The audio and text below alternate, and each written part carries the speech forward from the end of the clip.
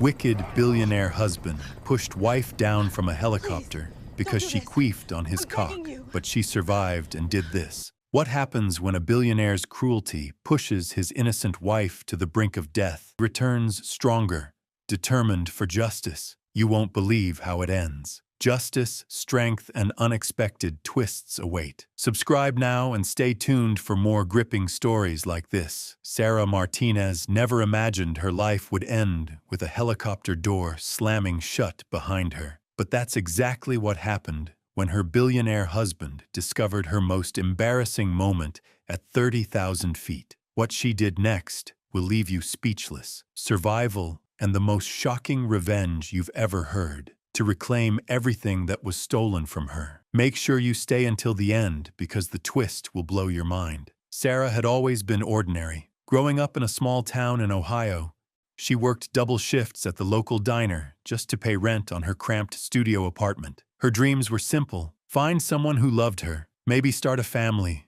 live quietly without the constant worry about money. She never expected to catch the attention of someone like Richard Blackwood. Richard wasn't just wealthy. He was disgustingly rich, the kind of rich that bought politicians and owned entire city blocks. When he walked into Sarah's diner that rainy Tuesday morning, everything changed. He was tall, impeccably dressed, with the kind of confidence that comes from never hearing the word no. His eyes locked onto Sarah immediately. "What's your name, sweetheart?" he asked, his voice smooth as expensive whiskey. "Sarah," she replied, her hands trembling slightly as she poured his coffee. "Sarah," he repeated, like he was tasting the word. Beautiful name for a beautiful woman. From that moment, Richard became obsessed with Sarah. He'd show up at the diner every day, leaving $100 tips for $20 meals. He'd send flowers to her apartment, expensive gifts that made her neighbors whisper. Sarah had never experienced anything like it. For the first time in her life, she felt special, chosen,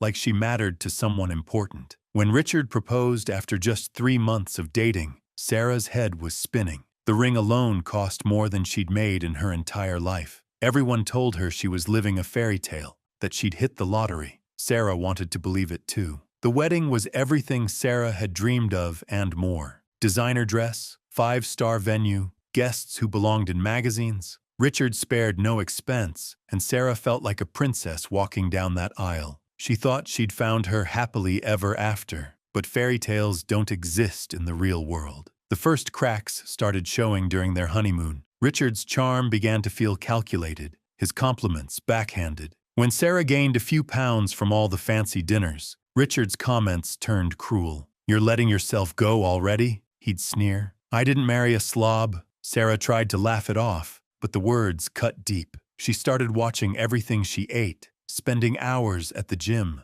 desperately trying to maintain the image Richard expected. Nothing was ever good enough. Things got worse when Sarah got pregnant. She was thrilled, thinking a baby would bring them closer together. Richard saw it differently. "Great, now you'll be even more disgusting," he said when she told him the news. "Try not to balloon up like a whale." Throughout her pregnancy, Richard's cruelty intensified. He'd bring other women to business dinners, flaunting his affairs in front of Sarah. He'd criticize her appearance constantly, calling her names that made her cry herself to sleep. Sarah felt trapped, isolated, with nowhere to turn. When their daughter Emma was born, Sarah hoped Richard would soften. Instead, he seemed to resent both of them. He'd disappear for days, coming home smelling like expensive perfume and lies. Sarah poured all her love into Emma, trying to shield her from Richard's coldness. "You're pathetic," Richard would tell Sarah. "No wonder I can't stand being around you." The final straw came on what was supposed to be their second wedding anniversary. Richard announced they were taking a romantic helicopter trip to his private island. Sarah was desperate to believe he still cared, that maybe they could fix their broken marriage. As they flew over the Pacific Ocean, Sarah felt a familiar rumble in her stomach. She'd been nervous about the trip, and her anxiety always affected her digestion. She tried to hold it in, but the pressure in the helicopter cabin made it impossible. The sound was small, barely audible over the helicopter's rotor blades, but Richard heard it. His face twisted with disgust and rage. "Did you just fart?" he screamed, his voice filled with venom. "You disgusting piece of trash!" "Richard, I'm sorry. I couldn't help it," Sarah pleaded, mortified. You've embarrassed me for the last time, Richard snarled. I'm done with you. Before Sarah could react, Richard lunged forward and grabbed her. The helicopter door slid open, and Sarah found herself staring down at the churning ocean below. Richard, please, think about Emma. She needs her mother. She'll be better off without you, Richard replied coldly. We both will. With that, he shoved Sarah out of the helicopter. The fall felt like it lasted forever. Sarah's scream was lost in the wind as she plummeted toward the water. The impact knocked the breath from her lungs, and she sank deep beneath the waves. For a moment, she thought this was it, that Richard had finally won. But something inside Sarah refused to give up. Maybe it was the thought of Emma growing up without her mother, or maybe it was pure spite. But Sarah fought her way to the surface. She gasped for air, treading water as the helicopter disappeared into the distance. Sarah swam for what felt like hours, her evening dress weighing her down, her lungs burning. Just when she thought she couldn't go any further, she spotted land, a small island, uninhabited but real. She dragged herself onto the rocky shore and collapsed, coughing up seawater. She was alive, but barely. The island was remote, with no signs of civilization. Sarah had to learn to survive on her own, eating whatever she could find, drinking rainwater, sleeping in caves. Days turned into weeks, weeks into months. The soft, pampered woman who had fallen from that helicopter was gone, replaced by someone harder, stronger, more determined. Sarah wasn't just surviving anymore. She was planning every day on that island. She thought about Richard, about Emma, about the life that had been stolen from her. She wouldn't just return from the dead. She'd return with a vengeance. After 6 months on the island, Sarah was rescued by a passing fishing boat, but she didn't go home immediately. Instead, she spent the next 2 years carefully planning her comeback. She used the survival skills she'd learned to become a wilderness guide, building a reputation and a network of contacts. She saved every penny, invested wisely, and slowly built her own fortune. More importantly, she gathered evidence. Richard thought she was dead, so he'd gotten sloppy. Sarah discovered his money laundering operations, his connections to organized crime, his history of violence against women. She compiled everything,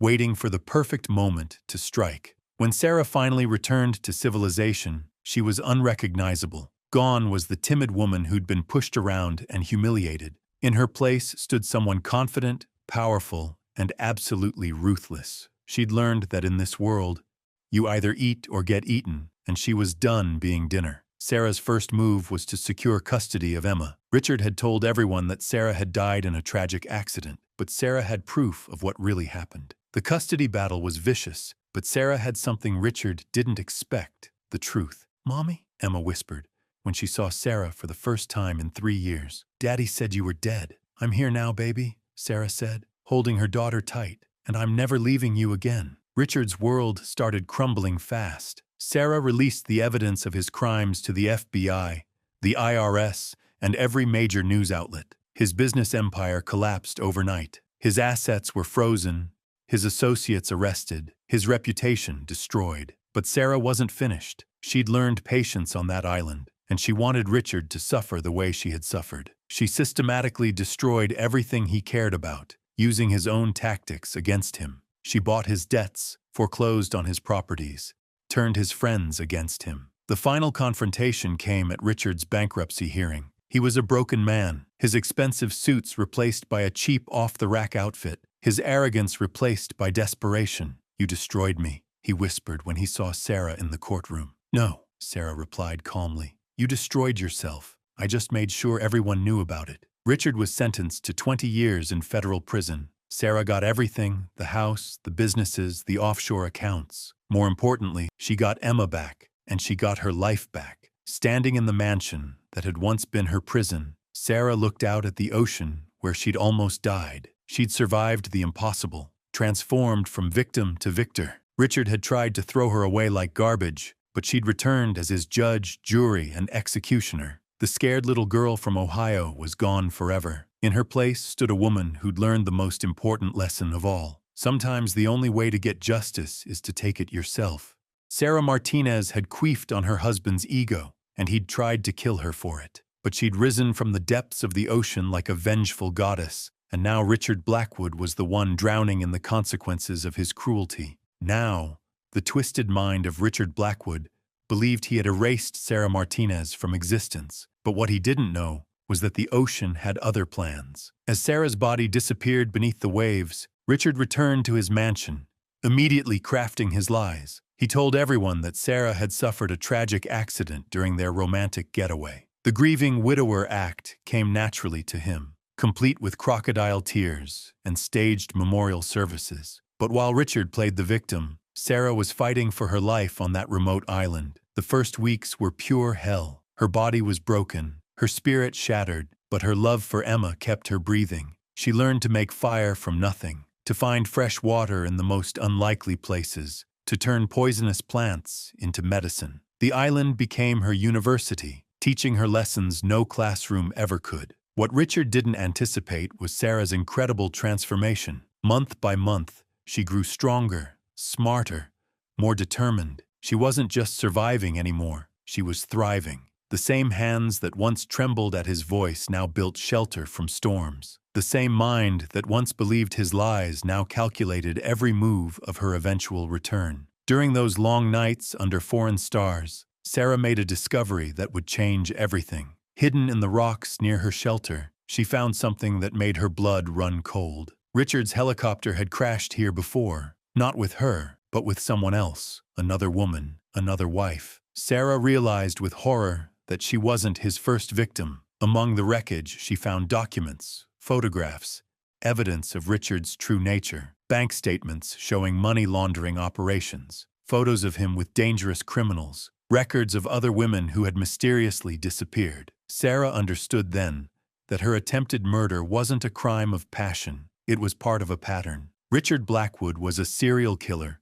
who used marriage as his hunting ground. This revelation transformed Sarah's mission from personal survival to something much bigger. She wasn't just fighting for herself anymore. She was fighting for every woman Richard had destroyed and every woman he planned to destroy next. She carefully preserved every piece of evidence, protecting it like precious treasure. The island's isolation, which had initially seemed like a curse, became her greatest advantage. She had time to heal, time to plan, time to become someone Richard would never recognize. The broken housewife he had thrown from that helicopter was gone forever. In her place stood a warrior, forged by betrayal and tempered by justice. Sarah's rescue came through her own ingenuity. She had learned to signal passing ships using mirrors and smoke signals. When a cargo vessel finally spotted her distress signals, she was ready. But instead of immediately revealing her identity, she chose to remain dead to the world a little longer. She needed time to prepare for the war that was coming. Working with the ship's captain, who was moved by her story, Sarah arranged for discreet transport back to civilization. She didn't go home. She went to the shadows. Using the evidence she had gathered, she began building a network of allies, private investigators, journalists, law enforcement officers who had been trying to build cases against Richard for years. The irony was perfect. While Richard believed he was untouchable, Sarah was systematically dismantling his empire from the inside. She used her presumed death as the ultimate cover, allowing her to investigate without his knowledge. She discovered offshore accounts, shell companies, and a web of corruption that reached into the highest levels of society. But Sarah's masterstroke wasn't just gathering evidence, it was understanding Richard's psychology. She knew his arrogance was his weakness. He believed he was too smart to be caught, too powerful to be challenged. Sarah planned to use that arrogance against him, to make him destroy himself through his own hubris. The most painful part of her investigation was learning about Emma. Richard had told their daughter that Mommy had abandoned them, that she never loved her enough to stay. Emma, now older and filled with resentment, had been poisoned against her mother's memory. Sarah watched from the shadows as her daughter grew up believing lies, and it nearly broke her heart all over again. But Sarah's love for Emma gave her strength to continue. She knew that exposing Richard's crimes would also expose his lies about her disappearance. Emma would learn the truth about her mother's love, about the sacrifice Sarah had made trying to return to her. As Sarah's network grew stronger, she began to understand the full scope of Richard's criminal empire. He wasn't just a killer, he was a kingpin who used his legitimate businesses to launder money for international crime syndicates. His victims weren't just his wives, they were anyone who threatened his operations. The evidence Sarah gathered painted a picture of a man who had built his fortune on blood and terror. She found records of bribery, extortion, and murder going back decades. Richard Blackwood wasn't just a bad husband, he was one of the most dangerous criminals in the country. But gathering evidence was only half the battle. Sarah needed to find a way to bring Richard down without putting Emma in danger. She knew that cornering a predator like Richard could make him desperate enough to hurt their daughter. Every move had to be calculated. Every strategy had to protect the innocent. Sarah's transformation was complete when she looked in the mirror and saw not a victim, but a force of nature. The woman staring back had survived the impossible and emerged stronger than ever. She had learned to trust her instincts, to fight for what she believed in, to never again allow someone else to define her worth. The island had taught her that survival wasn't just about staying alive, it was about refusing to let evil win. Sarah Martinez had died in that helicopter, but the woman who emerged from the ocean was something Richard Blackwood had never encountered before. She was his reckoning, his judgment, his ultimate downfall. As Sarah prepared for her return to the world, she made a solemn promise to every woman Richard had destroyed. Their deaths would not be in vain. Their stories would be told. Their killer would finally face justice. The hunt was about to begin, and this time, Richard Blackwood was the prey. Now that Sarah had the evidence and resources she needed, the real war was about to begin. But what she discovered next would make her question everything she thought she knew about Richard's cruelty. The truth was far more twisted than even she had imagined. Sarah had spent 3 years building her case methodically, gathering evidence like a hunter setting traps. Every financial record, every witness statement, every piece of documentation that could expose Richard's crimes had been carefully catalogued and preserved. She had allies now, powerful people who believed in her cause and were willing to help bring down the monster who had destroyed so many lives.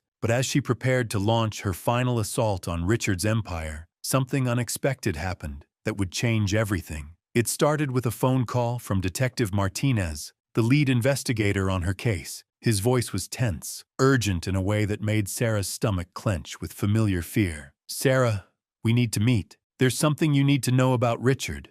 Something that changes everything we thought we understood about his crimes." She agreed to meet him at a small cafe downtown, away from prying eyes and listening ears. When Detective Martinez arrived, his face was pale, his hands shaking slightly, as he placed a thick manila folder on the table between them. "What I'm about to show you," he said quietly, "it's going to be hard to process. We've been investigating Richard for months now, following the evidence you provided, and we uncovered something that goes deeper than we ever imagined."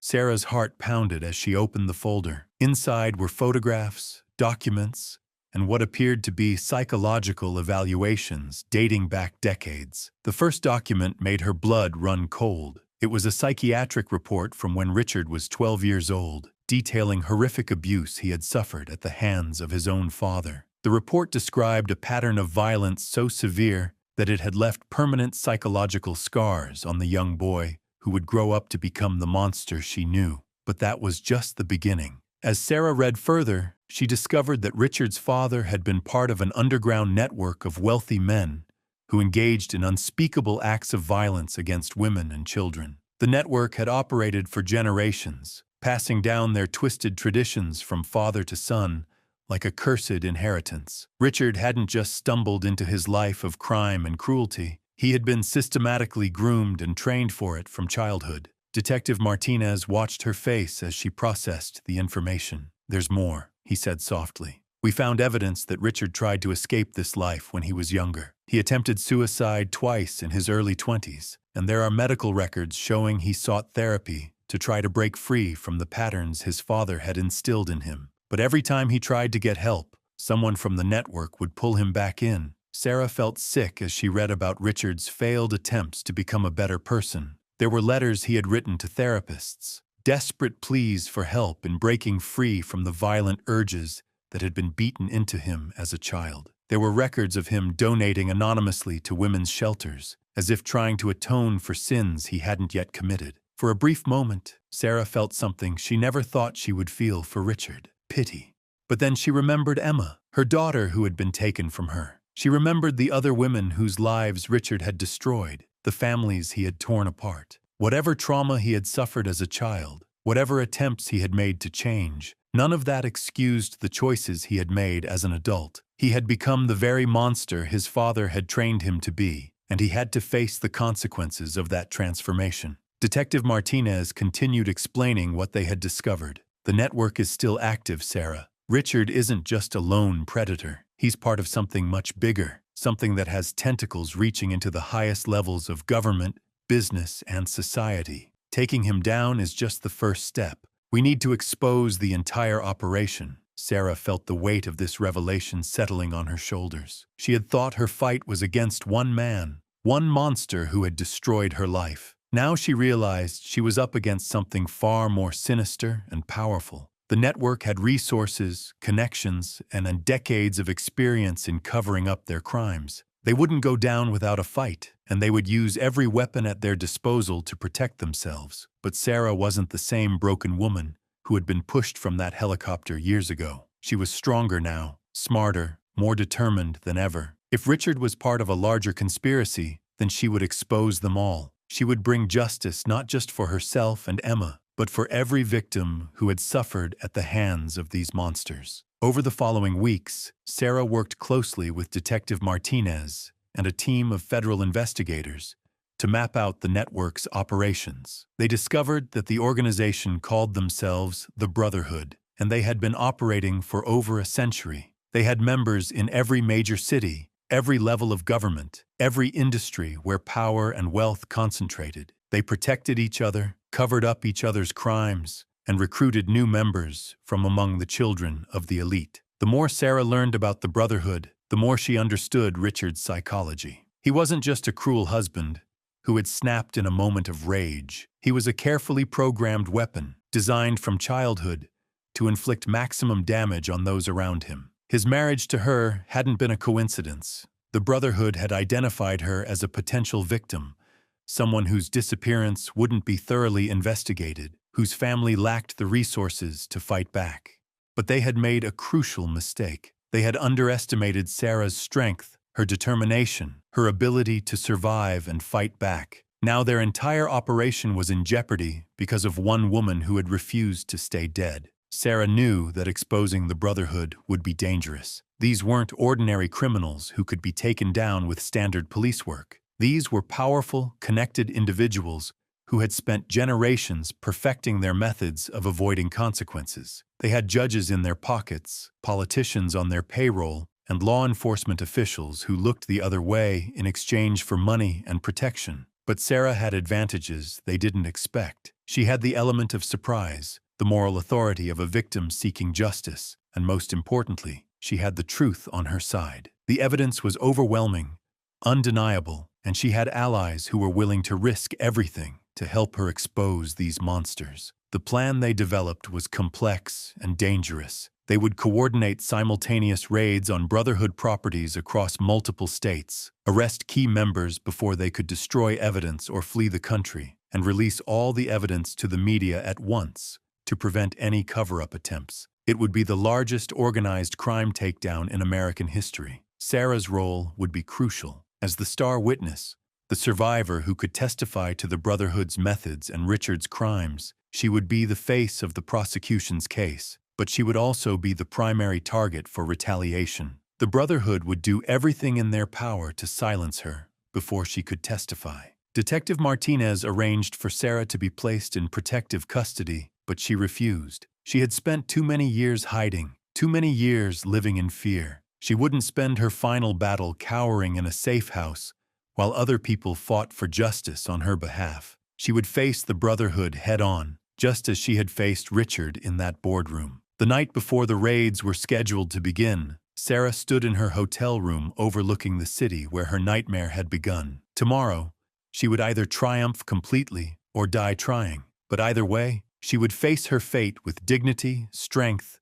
and the knowledge that she had fought for what was right. She thought about Emma, about the life they could have together once this was all over. She thought about the island where she had learned to be strong, about Anna and the villagers who had shown her what true kindness looked like. She thought about all the women who had suffered at the hands of the Brotherhood, all the children who had been groomed to become monsters, all the families that had been destroyed by these predators. Tomorrow, their reign of terror would end. Tomorrow, justice would finally be served, and Sarah Martinez, the woman who had survived the impossible, would be the one to deliver it. The war was about to begin, and Sarah was ready. Sarah's transformation was nothing short of extraordinary. As she lay on that hospital bed, her body broken but her spirit unshattered, she made a decision that would change everything. The old Sarah, the one who had once been meek and compliant, was gone forever. What emerged from those months of recovery was something Victor Reed had never anticipated. A woman forged by fire, tempered by betrayal, and sharpened by an unquenchable thirst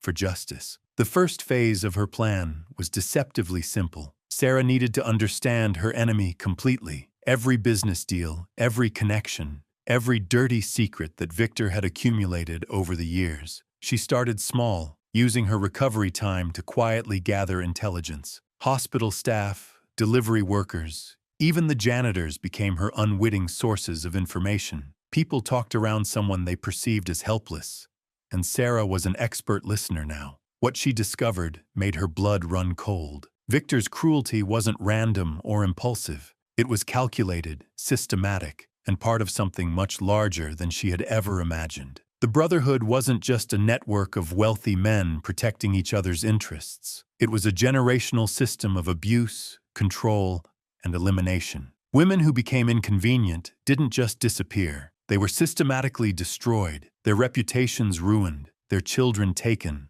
their very existence erased from the world.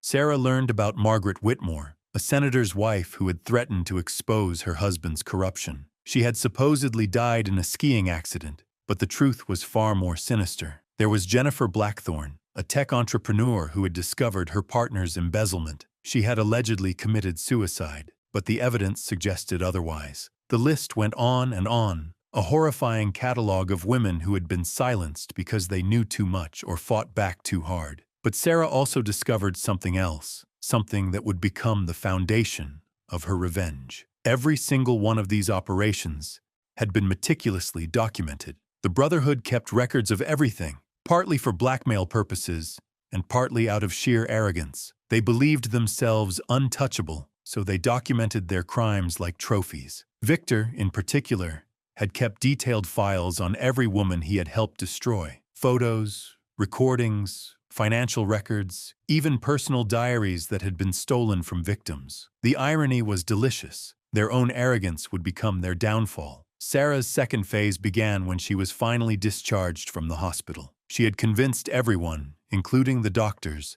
that she was suffering from severe amnesia. She remembered nothing about the helicopter incident, nothing about her marriage to Richard, nothing about Emma. As far as the world knew, Sarah Martinez was a blank slate, a victim of a terrible accident who needed to rebuild her life from scratch. This gave her the perfect cover. She moved to a small apartment across town, took a job at a local diner, and began living the life of an ordinary woman with a tragic past. But beneath this facade, she was anything but ordinary. Every spare moment was spent learning, preparing, and planning. She studied business, law, technology, and most importantly, she studied people, how they thought, how they made decisions, how they could be manipulated. She also began building her network, not the kind of network that Richard had, built on power and fear, but something far more valuable. She connected with other survivors, women who had escaped abusive relationships, investigators who had seen too much corruption,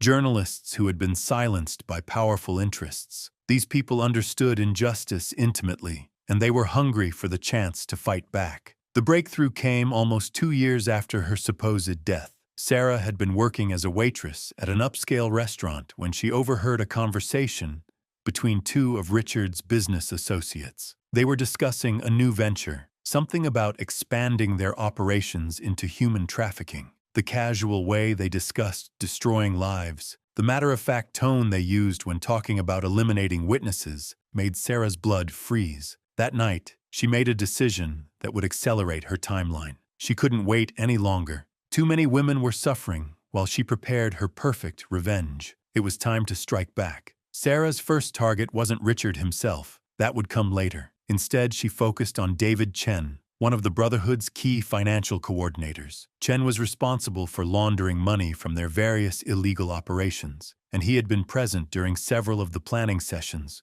for other women's disappearances. He was also arrogant, careless, and had a weakness for young women who reminded him of his own daughter. Sarah spent weeks studying Chen's habits, his routines, his psychological profile. She learned that he frequented a particular coffee shop every Tuesday morning, always ordering the same drink, always sitting in the same corner booth. She discovered that he had a gambling problem that he hid from his wife, and that he was deeply in debt to some very dangerous people. Most importantly, she learned that he kept backup copies of sensitive financial documents in a safety deposit box, insurance against his partners if they ever decided to eliminate him. The plan was elegant in its simplicity. Sarah approached Chen not as a victim seeking revenge, but as a potential business partner. She had created an entirely new identity, complete with a fabricated background in international finance and a reputation for discretion. She presented herself as someone who could help him solve his gambling debts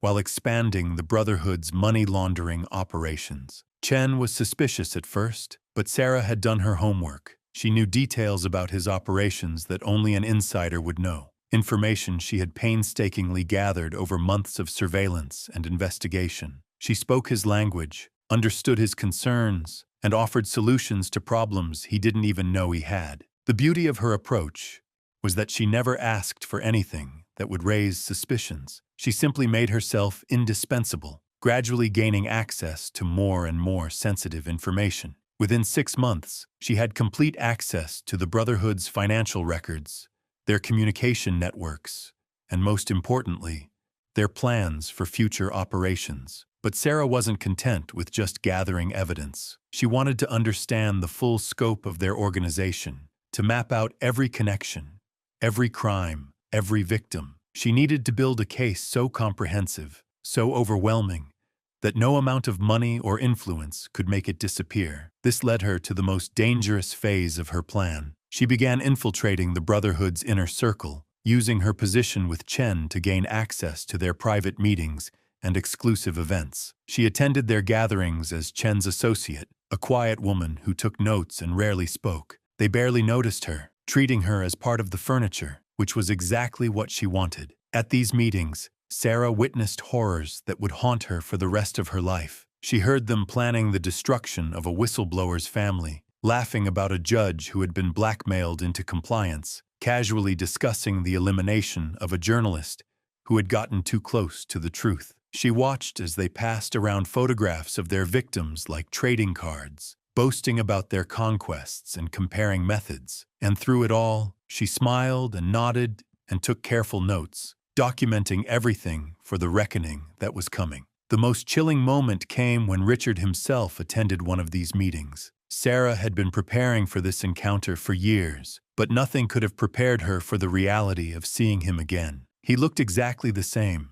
perhaps a little older, but still radiating that same casual cruelty that had made her life a living hell. He spoke about Emma with the same detached indifference he had once shown towards Sarah, referring to their daughter as an asset to be managed rather than a child to be loved. Sarah's hands trembled as she took notes, but she forced herself to remain calm. She couldn't afford to be discovered now, not when she was so close to having everything she needed. She listened as Richard discussed his plans for Emma's future, how he intended to use her as a bargaining chip in future business deals, how he would shape her into a perfect weapon for the Brotherhood's next generation. That night, Sarah made another crucial decision. She couldn't wait for the perfect moment to strike. Emma was in immediate danger, and every day that passed was another day that Richard could poison her daughter's mind, or worse, decide that she was no longer useful. It was time to accelerate the endgame. The final phase of Sarah's plan required her to reveal herself,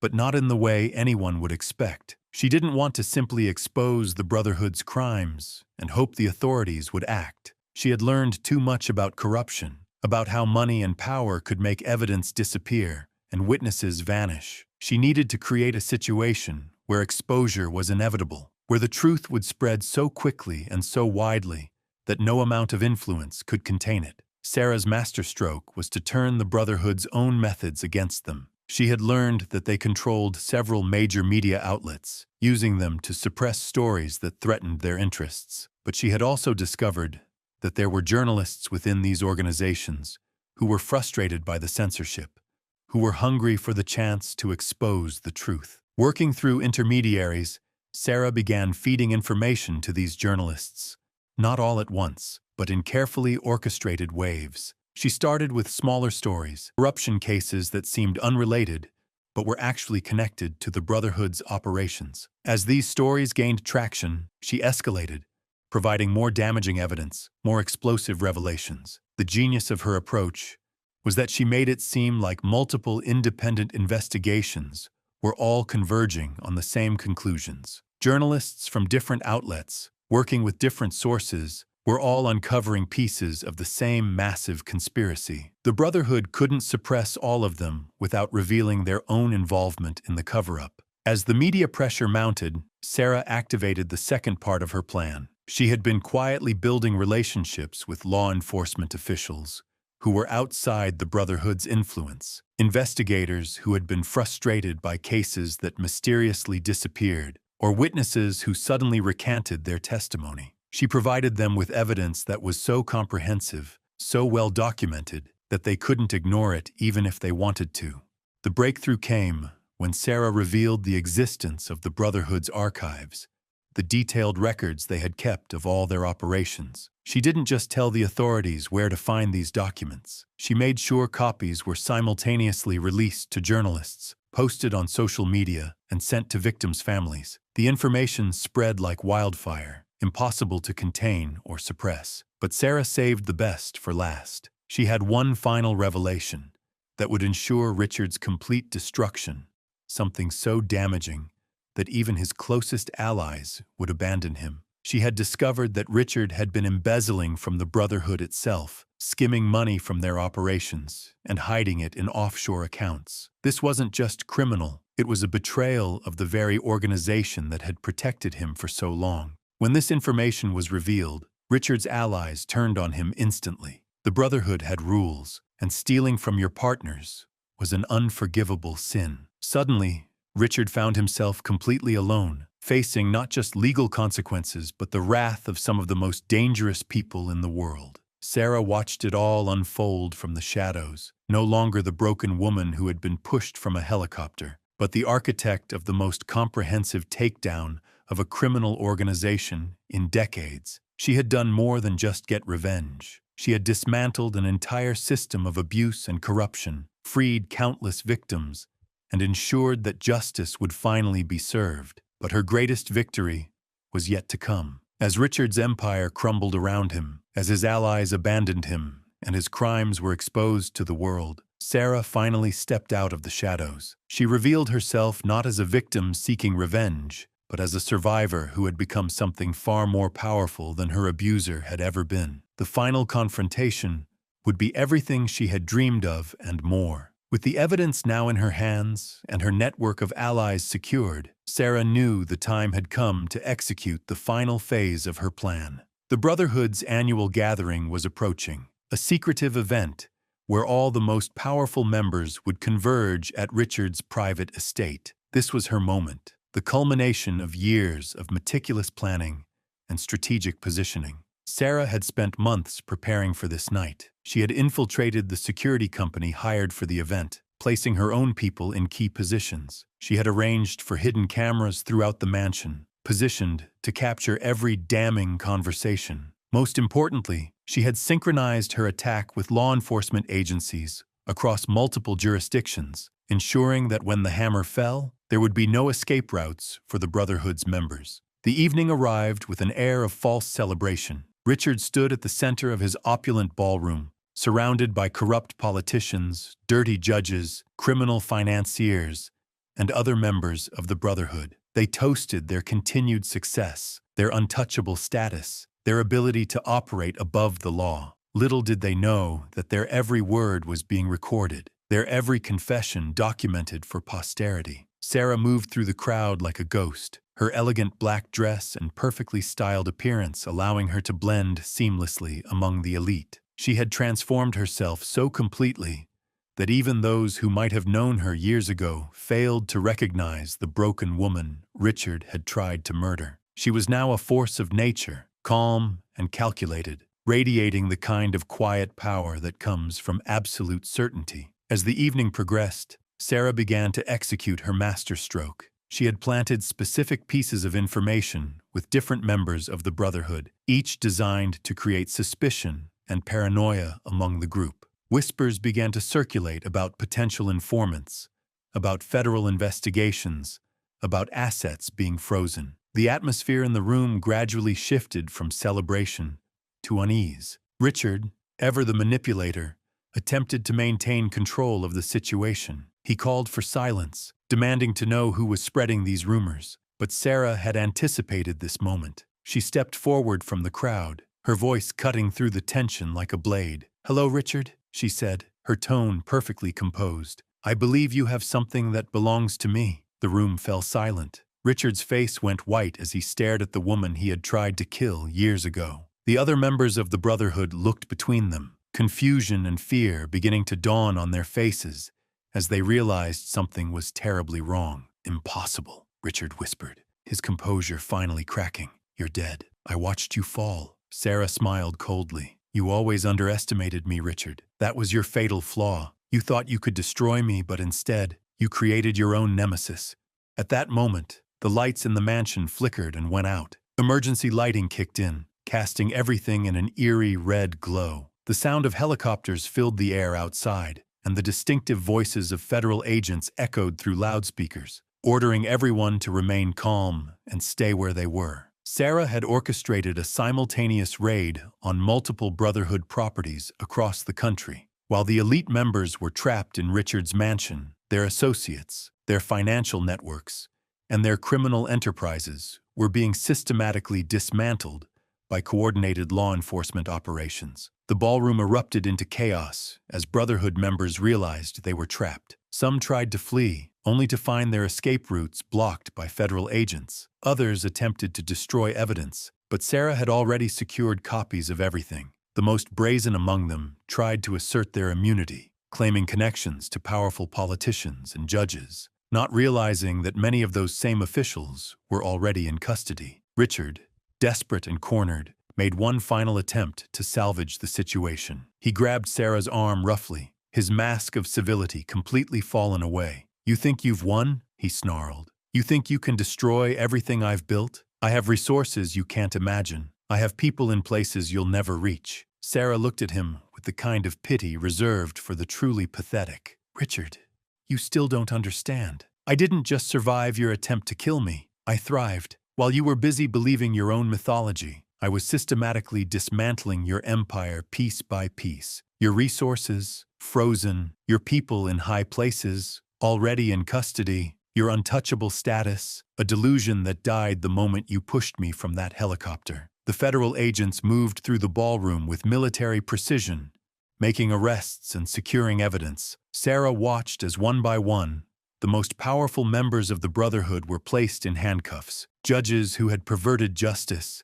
politicians who had sold their offices, businessmen who had built fortunes on human suffering, all of them reduced to common criminals shuffling toward police vans. But Sarah's attention remained focused on Richard. She had waited years for this moment, and she wanted to savor every second of his downfall. As the agents approached him, Richard made one last desperate plea. "Emma," he said, using her daughter's name like a weapon. "Think about what this will do to her. She'll lose everything. Her father, her inheritance, her social standing. Is your revenge worth destroying an innocent child's life?" Sarah's expression didn't change. "Emma will be fine, Richard. Unlike you, I've actually thought about her well-being. She's been placed in a loving environment, far from your toxic influence. She'll grow up knowing the truth about her father, but she'll also know that justice exists, that actions have consequences, and that even the most powerful monsters can be brought down by truth and determination." The agents reached Richard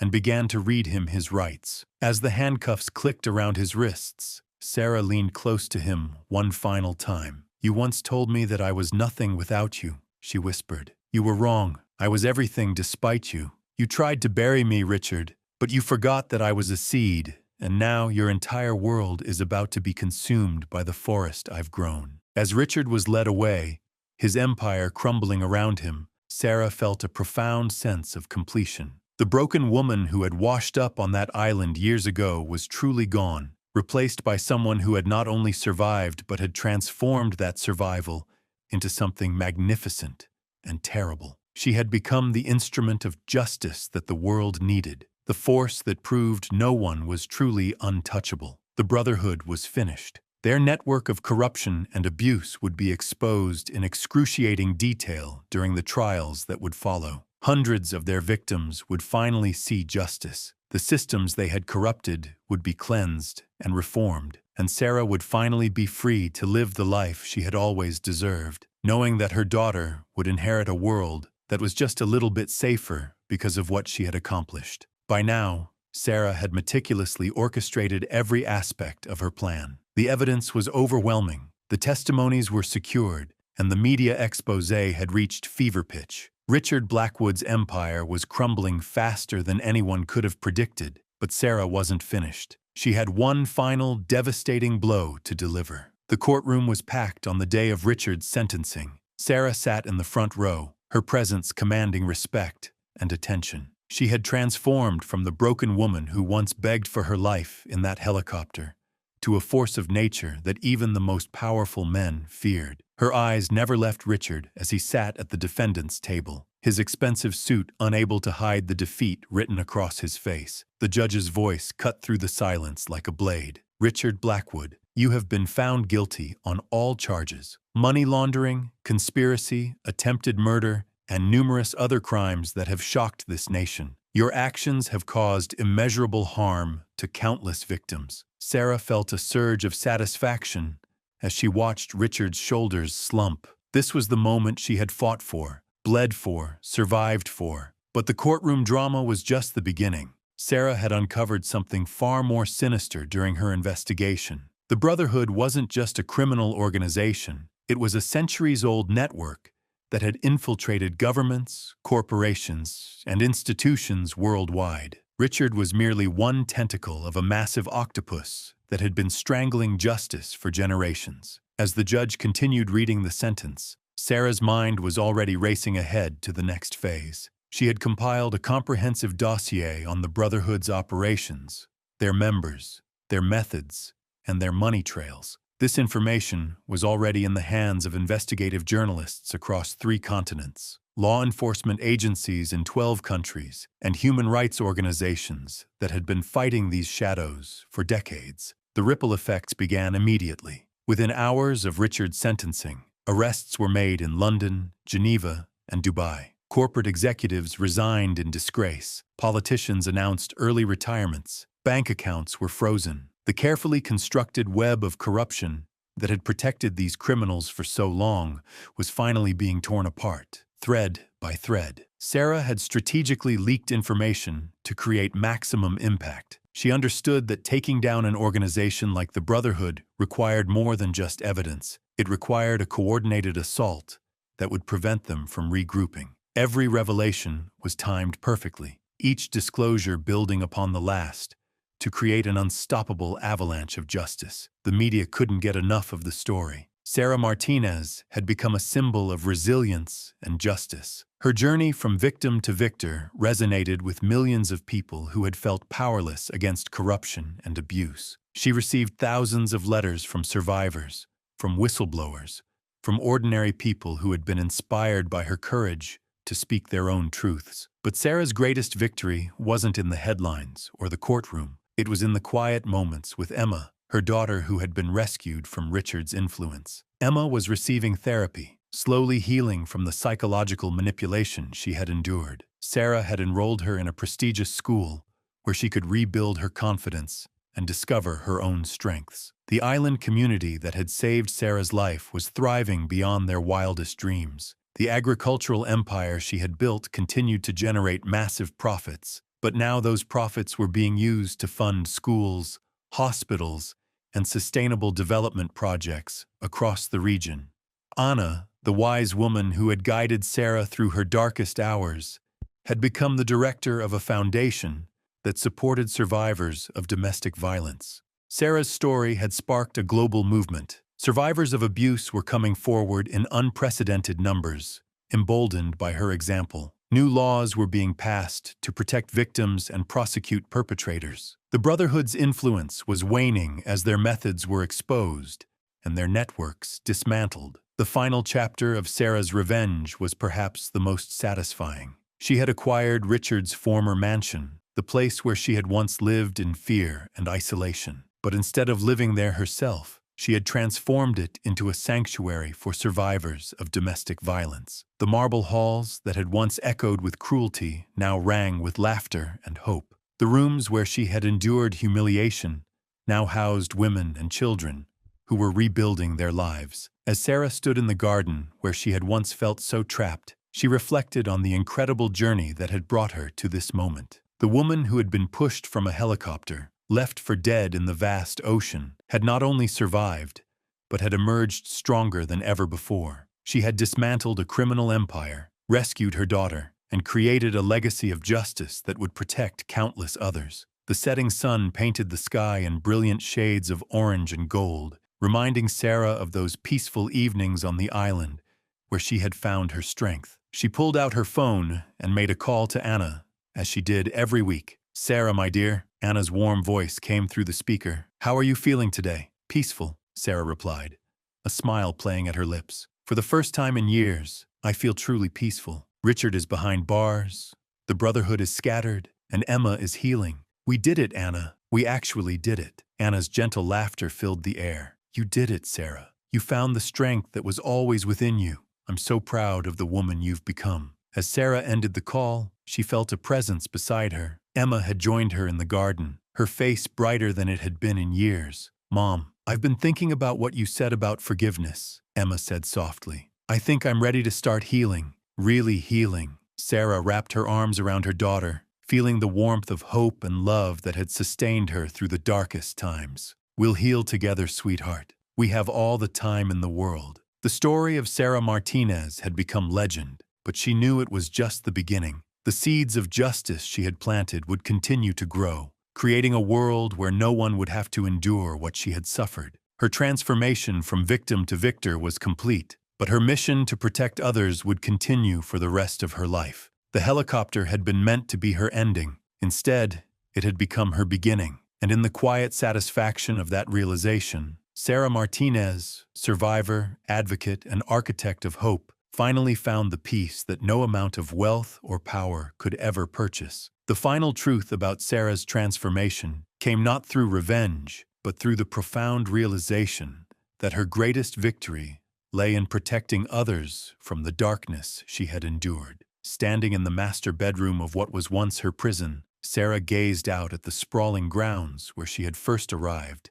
as Richard's naive bride. The room had been completely transformed, stripped of its cold marble and oppressive grandeur, now warm with earth tones and filled with natural light, streaming through enlarged windows. The Martinez Foundation for Survivor Support had officially opened its doors 6 months ago, and already 37 women and children had found refuge within these walls. Sarah had converted the mansion's east wing into private apartments, each equipped with everything a survivor might need to rebuild their shattered life. The west wing housed counseling centers, legal aid offices, and educational facilities where survivors could learn new skills, complete their education, or simply rediscover their own voices. Emma had flourished in this environment of healing and hope. At 16, she had become an unofficial ambassador for the foundation, her own journey from traumatized child to confident young woman serving as inspiration for newcomers. She worked part-time in the foundation's youth program, mentoring other children who had witnessed domestic violence, teaching them through her own example that survival was possible, that healing was real, and that their futures remained unwritten. The irony was not lost on Sarah that Richard's wealth, accumulated through decades of exploitation and cruelty, now funded the very cause he had fought so hard to suppress. Every dollar that once symbolized his power over the vulnerable now served to empower those he had sought to control. The Brotherhood's seized assets had been distributed among multiple survivor organizations worldwide, creating a network of support that spanned continents. Sarah's morning routine had become a meditation on transformation. She would wake at dawn, not because she had to, but because she chose to. The fear that had once jolted her awake in the middle of the night had been replaced by purpose. She would walk the grounds, checking on the organic gardens that supplied the foundation's kitchen, stopping to chat with residents who were tending to the greenhouse where they grew herbs for the on-site wellness center. The legal battles had finally concluded the previous month. Richard's appeal had been denied, his sentence upheld, and his remaining assets officially transferred to the foundation. More importantly, the international investigation into the Brotherhood had resulted in arrests across 12 countries, dismantling a network that had operated in shadows for generations. Sarah had testified via video link at several trials, her voice steady and clear as she recounted not just her own ordeal, but the systematic abuse of power that had defined the organization. Dr. Martinez, the counselor who had helped Sarah navigate her own healing journey, had become the foundation's chief psychological officer. She often reminded Sarah that true healing was not about forgetting the past, but about transforming it into something that served a greater purpose. The scars remained, but they had become symbols of survival rather than reminders of victimization. The foundation's success had attracted attention from legislators, leading to the passage of new laws, strengthening protections for domestic violence survivors. Sarah had found herself testifying before Congress, her story becoming part of a larger movement toward justice. She had never sought to become a public figure, but she embraced the role when she realized how many lives could be touched by her testimony. On this particular morning,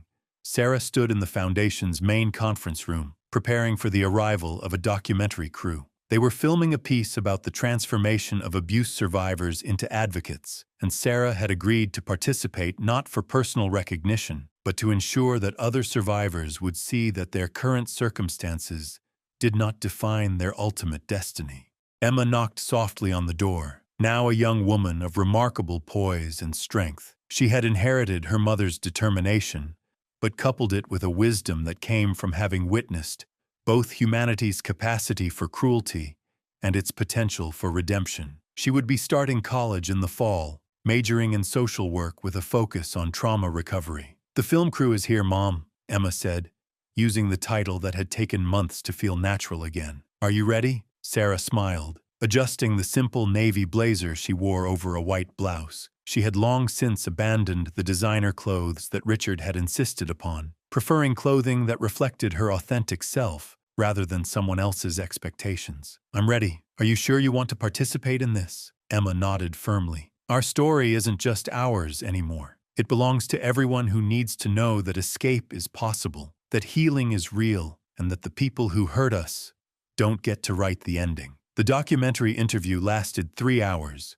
during which Sarah and Emma shared their journey from victims to survivors to advocates. The interviewer, a seasoned journalist who had covered domestic violence for decades, was visibly moved by their story. She had seen countless survivors, but rarely had she encountered someone who had transformed their trauma into such a comprehensive force for change. After the crew departed, Sarah found herself alone in the Foundation's library, a space that had once been Richard's private study. Where his law books and financial documents had once lined the shelves, there were now resources on trauma recovery, legal advocacy, and personal empowerment. The massive mahogany desk where he had planned his manipulations now served as a workspace where survivors drafted victim impact statements, wrote college applications, and planned their independent futures. As evening approached, Sarah made her way to the Foundation's communal dining room, where residents and staff gathered for dinner each night. It was a tradition she had instituted early on, believing that shared meals created the sense of family that many survivors had never experienced. Tonight, they were celebrating Maria's acceptance into nursing school, a milestone that had seemed impossible when she had arrived 8 months earlier with 2 young children and barely enough English to communicate her needs. The conversation around the table was animated, filled with plans and dreams that would have been unthinkable during the darkest days of their respective journeys. Sarah listened, occasionally offering encouragement or practical advice, but mostly just absorbing the energy of people who had reclaimed their right to hope. Later, As Sarah tucked herself into bed in her modest suite within the foundation, she reflected on the path that had brought her to this moment. The woman who had once cowered in fear of Richard's footsteps now slept peacefully in a home filled with the sounds of healing. Children's laughter echoed from the family wing, where single mothers were rebuilding their lives while their children played in spaces designed specifically for their safety and joy. The Martinez Foundation had become more than a shelter. It had become a model for comprehensive survivor support that was being replicated across the country. Sarah had never imagined that her personal hell would become the foundation for a movement that would touch thousands of lives. But perhaps that was the point. The most profound transformations often began in the darkest places, requiring nothing more than the decision to survive, to heal, and to ensure that others would not walk the same path alone. As sleep approached, Sarah's last thought was not of Richard or the Brotherhood or the years of terror that had defined her past. Instead, she thought of tomorrow's schedule, of the new residents arriving next week, of the legislation pending in 3 states that would expand protections for survivors, and of Emma's future as the advocate who would carry this work into the next generation. The helicopter had been meant to be her ending. Instead, it had become her beginning. And in the quiet satisfaction of that realization, Sarah Martinez, survivor, advocate, and architect of hope, finally found the peace that no amount of wealth or power could ever purchase. A homeless girl returned. A billionaire's lost wallet at what he did next shocked everyone. A homeless teenager found a wallet containing $50,000 in cash and cards that could access billions. But what she did next will shatter every assumption you have about human nature. This is the story of Luna Martinez, a 17-year-old living in cardboard boxes, who made a split-second decision that exposed the darkest secret of America's elite and accidentally triggered the largest act of generosity in modern history. What the billionaire did when she returned his wallet will leave you questioning everything you thought you knew about wealth, poverty, and the invisible threads that connect us all. But first, you need to understand just how desperate Luna's situation really was. The December wind cut through downtown Chicago like a serrated knife, turning every breath into visible proof of survival. Luna Martinez pressed herself deeper into the loading dock behind Millennium Tower, her entire worldly possessions crammed into a garbage bag that served as both pillow and shield against the concrete that had become her bed. At 17, Luna had the hollow-eyed look of someone who'd learned too early that the world's safety nets had holes large enough for entire human beings to fall through. Her clothes, 3 donated sweaters layered under a torn winter coat, carried the permanent smell of the streets, exhaust fumes, desperation, and the particular staleness that comes from sleeping in places never meant for human habitation. She'd been homeless for 8 months, ever since aging out of the foster system with nothing but a bus ticket and a social worker's hollow promise that things would work out. Things, as it turned out, had not worked out. The youth shelter had a 6-month limit. The job at McDonald's disappeared when she had no address for tax forms. The community college dreams evaporated when she couldn't afford the application fees. The path that led Luna to this frozen loading dock was paved with the kind of institutional failures that make headlines but rarely change lives. Her story began not with a single catastrophic event, but with a cascade of small betrayals by the very systems designed to protect vulnerable children. Luna's mother, Maria Martinez, had been a nurse at Chicago General Hospital, one of those quietly heroic people who worked double shifts to keep their small family afloat.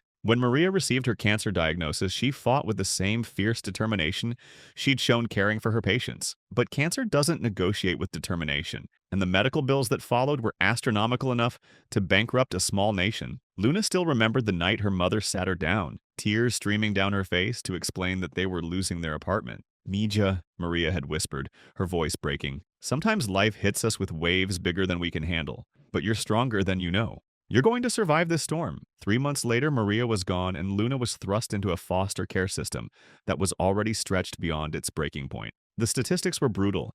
Every year, approximately 20,000 young people aged out of foster care in America, and within 4 years, half would be homeless, pregnant, or incarcerated. Luna was determined not to become another statistic, but determination, she learned, wasn't always enough. Her first foster family, the Johnsons, seemed promising. They lived in a suburban house with a yard and spoke about giving Luna stability and opportunity. But within weeks, it became clear that their primary interest was the monthly stipend that came with housing a foster child. Luna slept on a mattress in the basement, ate different meals from the family, and was expected to provide unpaid childcare for their biological children. When she reported the conditions to her caseworker, she was moved to another home, then another. Each placement brought new disappointments, new forms of neglect or abuse, new reasons to believe that the system saw her as a problem to be managed rather than a person to be protected. The final placement was with the Hendersons, a couple who ran what Luna later realized was essentially a group home disguised as a family. They housed 6 foster children in a 3-bedroom house, collected the stipends, and provided minimal supervision or care. It was there that Luna learned the most important lesson of her adolescence. She could only depend on herself. When she aged out at 17, Luna was handed a bus ticket, a garbage bag containing her few possessions, and a pamphlet about transitional services that existed mostly on paper. She found herself in downtown Chicago with $47 in cash and no idea how to navigate the adult world that had suddenly become her reality. The first month was a crash course in urban survival. Luna learned which library bathrooms had the best soap dispensers, which restaurants might give her leftover food at closing time, and which police officers would move her along gently versus which ones would confiscate her belongings. She discovered that being a homeless teenager made her simultaneously invisible and hypervisible, ignored by most adults, but constantly watched by those who might exploit her vulnerability. She managed to get the job at McDonald's by using the address of a 24-hour laundromat and having mail sent there. For 6 weeks, she was optimistic. She was earning money, had a routine, and was slowly saving enough to afford a security deposit on a room somewhere. But when the manager needed her actual address for tax paperwork, the carefully constructed lie collapsed. Without a permanent address, she couldn't keep the job. Without the job, she couldn't afford an address. The youth shelter provided temporary relief, but their 6-month limit meant she was eventually back on the streets. The waiting lists for affordable housing were years long. The requirements for most assistance programs seemed designed to exclude people in her exact situation. Too old for children's services, too young for adult programs, too poor to afford the documents required to prove her poverty. By December, Luna had developed the kind of street wisdom that comes from necessity. She knew which buildings had unlocked stairwells, which construction sites had temporary heating, and which hospital emergency rooms would let her sit for hours without asking questions. She'd learned to make herself small and quiet, to avoid eye contact with police officers, and to recognize the predatory looks of men who saw homeless teenage girls as easy targets. But no amount of street wisdom could prepare her for the Chicago winter. The cold wasn't just uncomfortable, it was life-threatening. Luna had already had 2 close calls with hypothermia, and she knew that her luck was running out. The city's emergency shelters were overcrowded, with waiting lists that stretched around the block. The warming centers closed during the day, forcing people back onto the streets regardless of temperature. It was in this context, cold, hungry, and genuinely afraid she might not survive the winter, that Luna found herself pressing against the loading dock of Millennium Tower on December 23rd, counting the $3.47 in quarters and dimes that represented her entire fortune. Now, as snow began to fall like frozen tears from the Chicago sky, Luna faced the brutal mathematics of street survival. It was December 23rd, every shelter was full, and she had exactly $3.47 in quarters and dimes. Not enough for a single meal, let alone a warm place to sleep. That's when she saw it. A leather wallet, thick as a paperback novel, lying abandoned on the sidewalk outside the tower's revolving doors. It must have fallen from someone's coat as they rushed through the holiday crowds, and now it sat there like a Christmas miracle wrapped in Italian leather. Luna's heart hammered against her ribs as she approached. The wallet was the kind carried by people who never worried about where their next meal would come from. Soft burgundy leather that probably cost more than most people made in a week. The craftsmanship was exquisite, with hand-stitched seams and a subtle monogram that spoke of old-world luxury. When she opened it, the sight literally made her gasp. Cash, more cash than she'd ever seen in her life. $100 bills layered thick as autumn leaves, followed by credit cards that gleamed like platinum promises. Her hands trembling, Luna counted quickly. $50,000 in crisp hundreds, plus cards from banks she'd only seen in movies. American Express Centurion, JP Morgan Private Bank, Credit Suisse. But it was the driver's license that made her stomach drop to her toes. Marcus Blackstone, age 52, address 875, North Lakeshore Drive, Penthouse. Luna recognized that name. Everyone in Chicago did. Marcus Blackstone, the tech billionaire whose company had revolutionized renewable energy storage, whose net worth had recently crossed the $15 billion mark, according to Forbes. The man whose penthouse apartment was literally visible from where she now sat shivering. His company, Blackstone Energy Solutions, had developed the breakthrough battery technology that was transforming the electric vehicle industry and making renewable energy storage economically viable on a massive scale. Behind the license, she found something that made her hands shake even harder. A folded hospital bracelet with a child's name on it, Emma Blackstone, and a pharmacy receipt for pediatric cancer medication that cost $47,000 per dose. The receipt was from Children's Hospital of Philadelphia, dated just 3 days ago, with a note scrawled in desperate handwriting. Emma's treatment must have by Dec 26th. This wasn't just money. This was someone's lifeline. Luna stared at the cash that could change her life forever. $50,000 would mean an apartment, food, safety. It would mean never again falling asleep wondering if she'd freeze before morning. It would mean becoming human again instead of just another invisible ghost haunting Chicago's streets. She could buy a car, get an apartment, enroll in college, start the life she'd been dreaming about since she was old enough to understand that some people had futures while others just had survival. The voice in her head, the survival voice that had kept her alive for 8 brutal months, screamed at her to take it. "Rich people have insurance," it whispered. "He probably spends more than this on lunch. You need it more than he ever will. This is your chance. This is your ticket out of hell." But another voice, quieter but somehow stronger, echoed something her mother had told her before the cancer had stolen her away. "Baby, when you're tempted to take what isn't yours, remember that your character is the only thing they can never take away from you. In this world, you'll face moments where doing the right thing costs you everything. Those are the moments that define who you really are." Luna closed her eyes, the wallet heavy in her hands like a physical manifestation of moral weight. Around her, Chicago hummed with holiday preparations, families hurrying home to warmth and love, office workers celebrating end-of-year bonuses, couples shopping for engagement rings. The city pulsed with the rhythm of lives that had structure, purpose, future, and here she sat, alone with a decision that would define who she was at her core. She thought about Emma Blackstone, a child she'd never met, who might be lying in a hospital bed somewhere fighting for her life. She thought about Marcus Blackstone, a man who could buy and sell entire companies, but who apparently carried cash for his daughter's treatment the same way Luna carried quarters for her next meal. Desperately, protectively, knowing that loss meant catastrophe. She thought about her mother working double shifts at the hospital, always helping others even when her own life was falling apart. Maria Martinez had died with almost nothing to her name, but she died with her integrity intact. Character, she'd always said, is what you do when no one is watching and you have everything to lose. The irony wasn't lost on Luna. Here she was,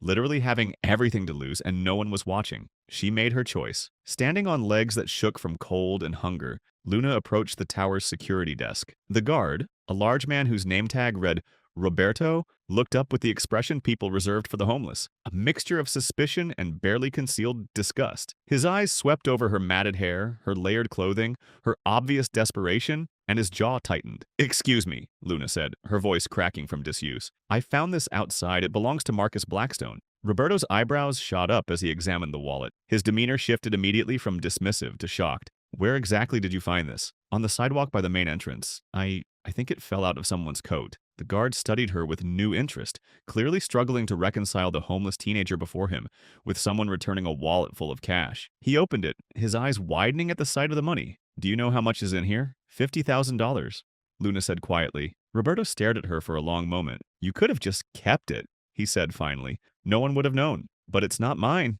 Luna replied simply, "and someone needs it for something important." Roberto made a phone call, speaking in rapid, hushed tones. Luna caught fragments. "Homeless girl.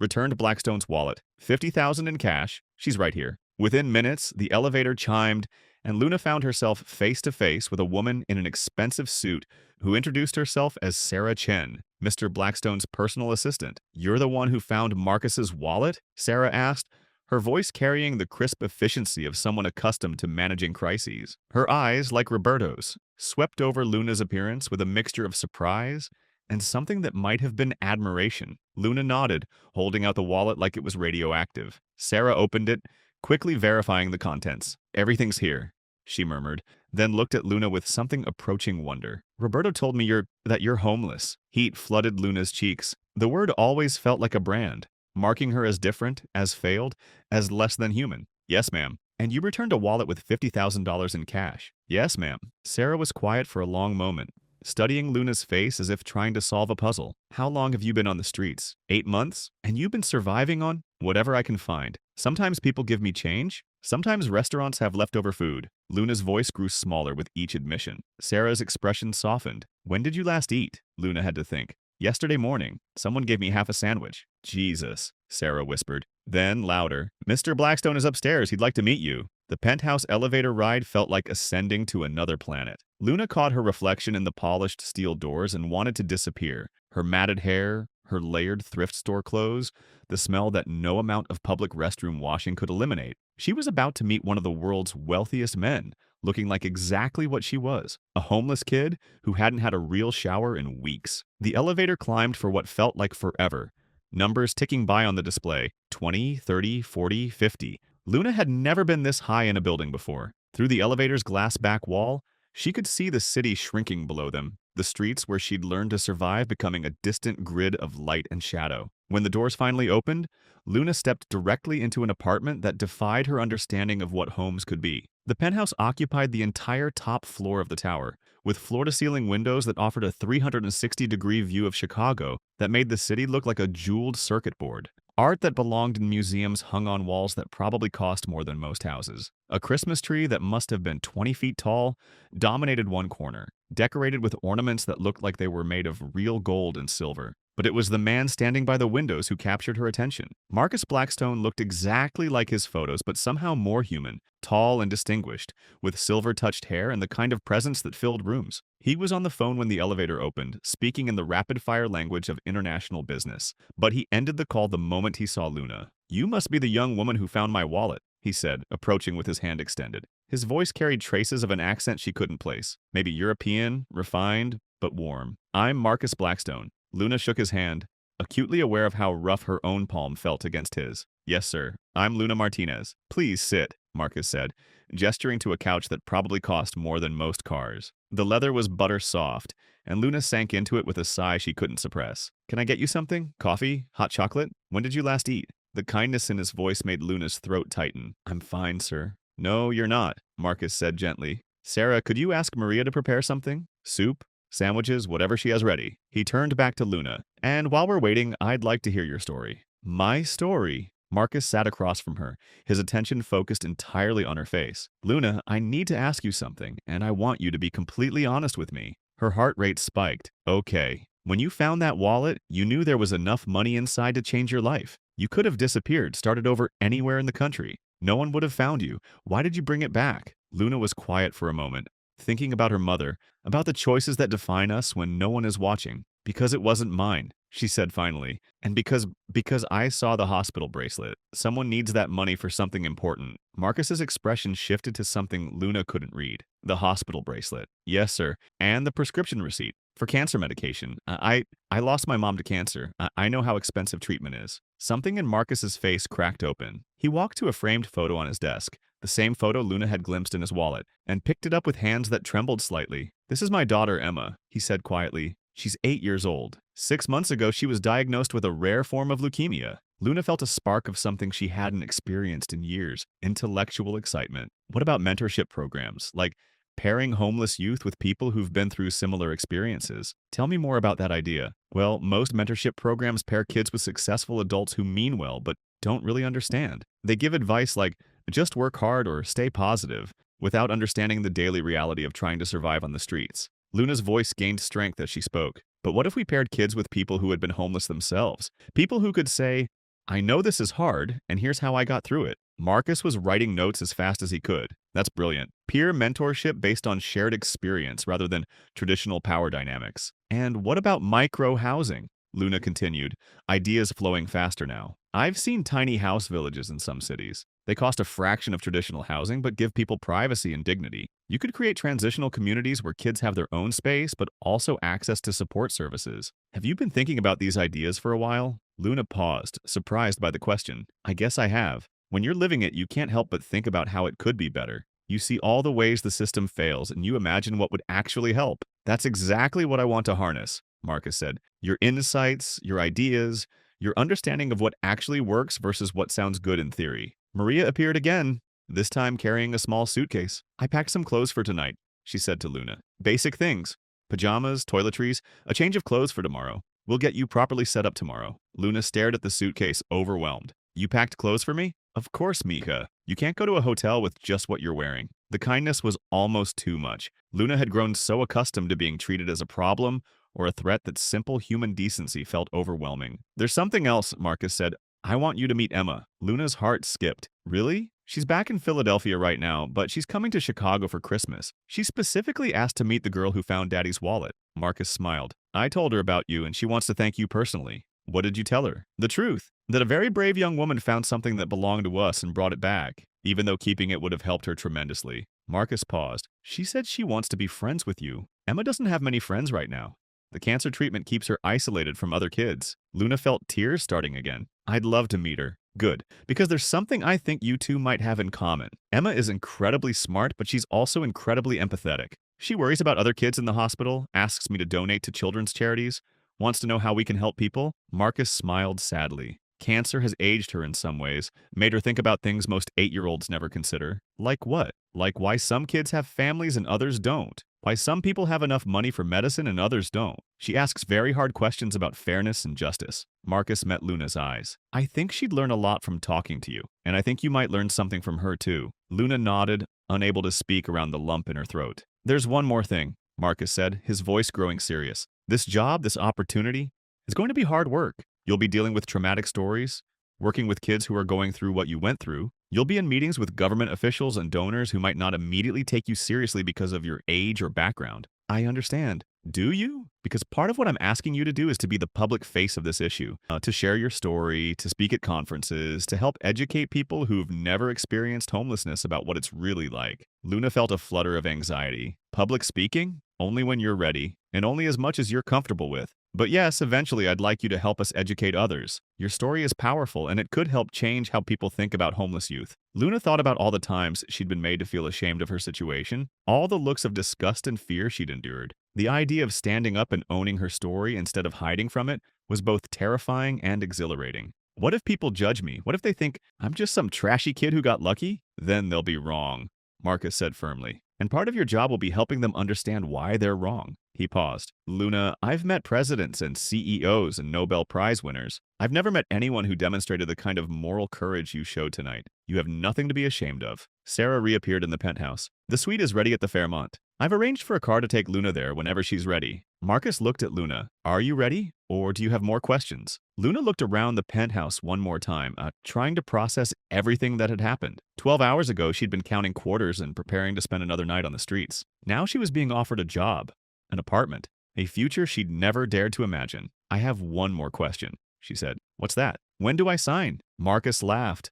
A warm, genuine sound that filled the room. Right now, if you want to. He produced a pen, and Luna signed her name at the bottom of the contract, with hands that shook only slightly. When she was done, Marcus signed as well, then handed her a copy. Welcome to the Blackstone Foundation, Luna Martinez, Director of Youth Advocacy and Program Development. Luna stared at the paper with her name on it, proof that this was really happening. Thank you, she whispered. Thank you for seeing, for believing. Thank you, Marcus replied, for showing me what integrity looks like, for reminding me why this work matters. As Luna prepared to leave for the hotel, Maria pressed a small bag into her hands. Leftovers, she explained, in case you get hungry later. The gesture was so maternal, so normal, that Luna almost broke down again. It had been nearly a year since anyone had worried about whether she'd eaten enough. On the elevator ride down, Sarah explained the logistics of the next few days. Tomorrow we'll get you set up with everything you need. Sunday, we'll start your orientation. Monday, you begin work. She paused. Luna, I want you to know something.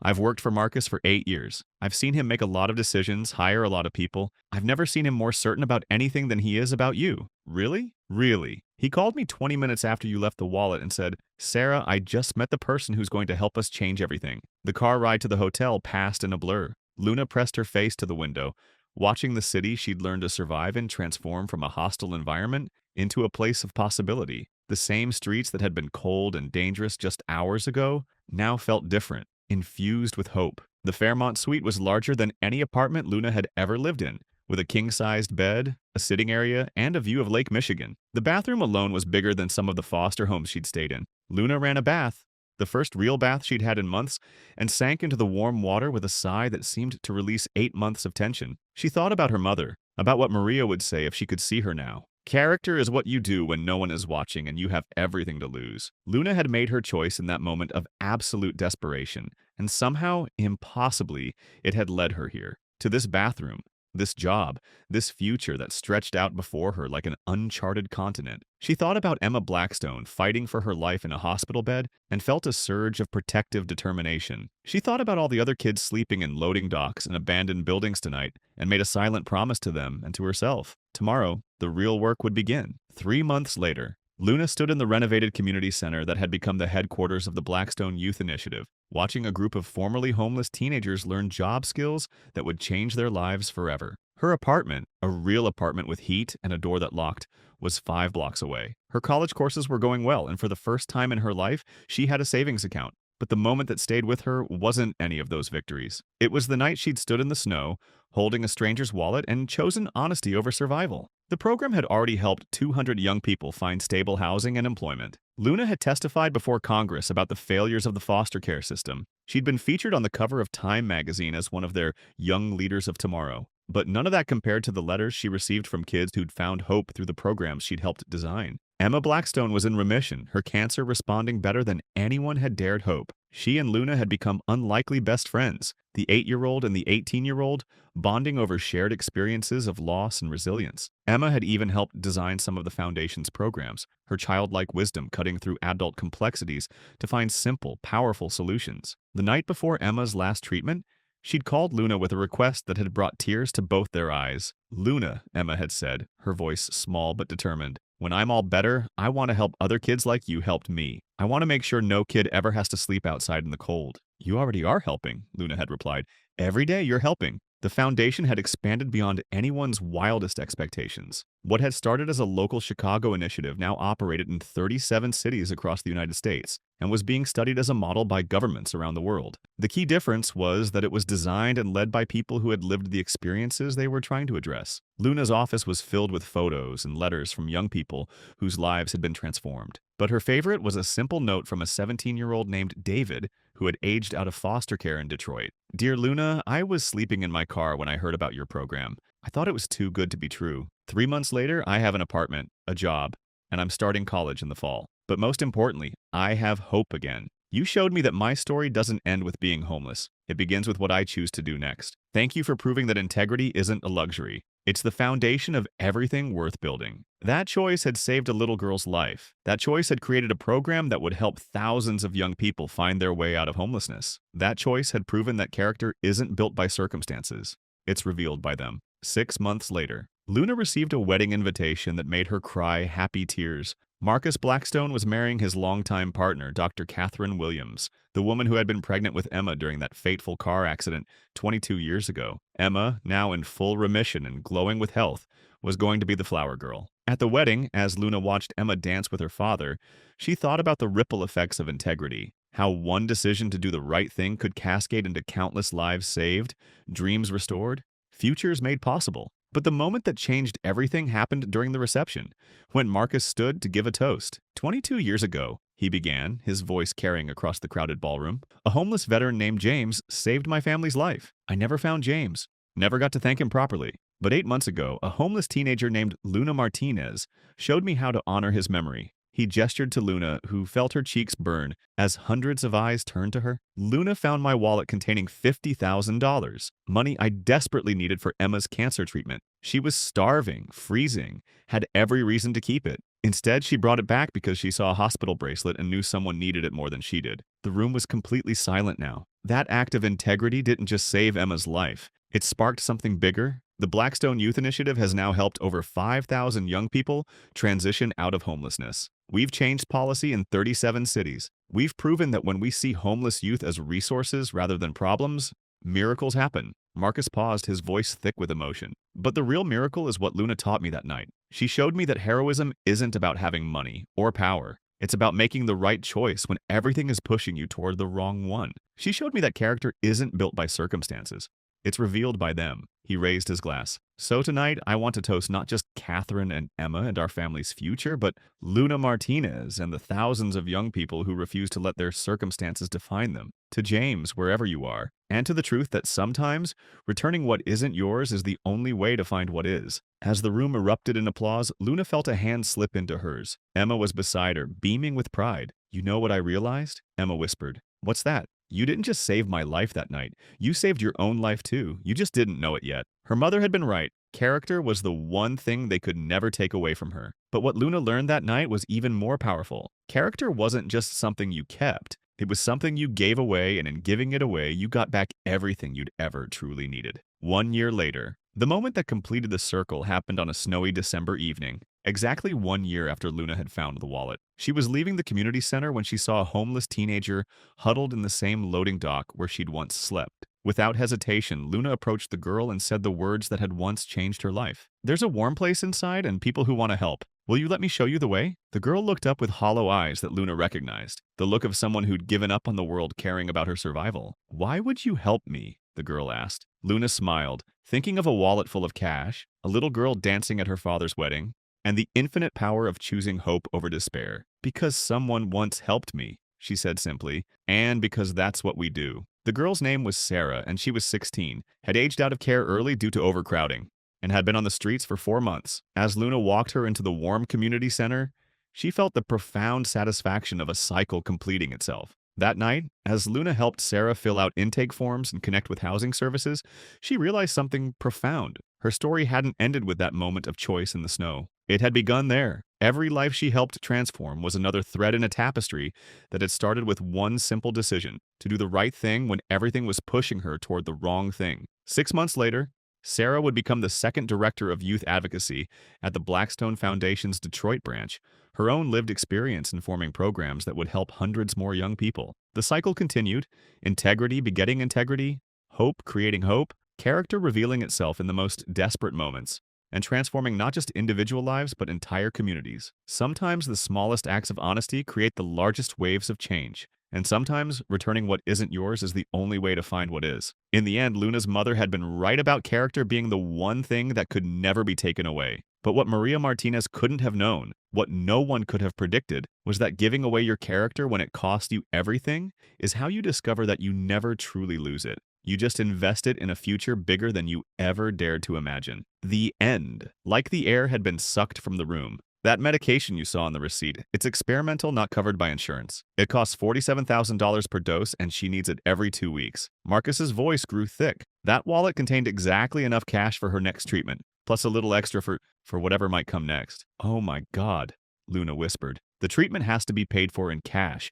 in advance. The pharmaceutical company doesn't accept insurance or payment plans for experimental drugs. If you had kept that money, my daughter might have—" Marcus stopped, unable to finish the sentence. He set the photo down and looked at Luna with eyes bright with unshed tears. "You didn't just return a wallet, Luna. You may have saved my daughter's life." The weight of what she'd almost done, what she could have stolen without knowing, hit Luna like a physical blow. "I didn't know," she gasped. "I'm so sorry. I didn't know how important." "Don't apologize," Marcus said firmly. "You made the right choice without knowing the consequences. That's the definition of true character." He paused, studying her face. "Tell me about your mother." Luna's throat constricted. Nobody ever asked about her mother anymore. She was a nurse at Chicago General. She used to say that healing people was her calling, that she couldn't imagine doing anything else. The words came slowly at first, then faster. When she got sick, she kept working as long as she could. Even when the chemo made her so tired she could barely stand, she'd drag herself to the hospital because she said her patients needed her. What kind of cancer? Pancreatic, stage 4 by the time they found it. Luna's voice dropped to a whisper. The doctors said she had maybe 6 months. She made it 11. She was the strongest person I ever knew. Marcus was quiet for a long moment. "She sounds like an extraordinary woman." She was. "She always told me that our circumstances don't define us. Our choices do. She said that even when everything is falling apart, we still get to choose who we want to be." Luna wiped her eyes with the back of her hand. "I think about that a lot when things get really bad. And that's why you returned to the wallet. I guess. I kept thinking about what my mom would do. And I knew she'd never be able to live with herself if she took money that belonged to someone else, especially money for a sick child." At that moment, a woman in her 50s appeared, carrying a tray laden with food. She was small and compact, with graying hair pulled back in a neat bun, and kind eyes behind wire-rimmed glasses. "Luna, this is Maria Gonzalez, who keeps this household running," Marcus said. "Maria, this is the young woman I told you about." Maria set the tray down and took Luna's hands in hers. "Mija," she said softly, "when Mr. Marcus told me what you did, I started crying.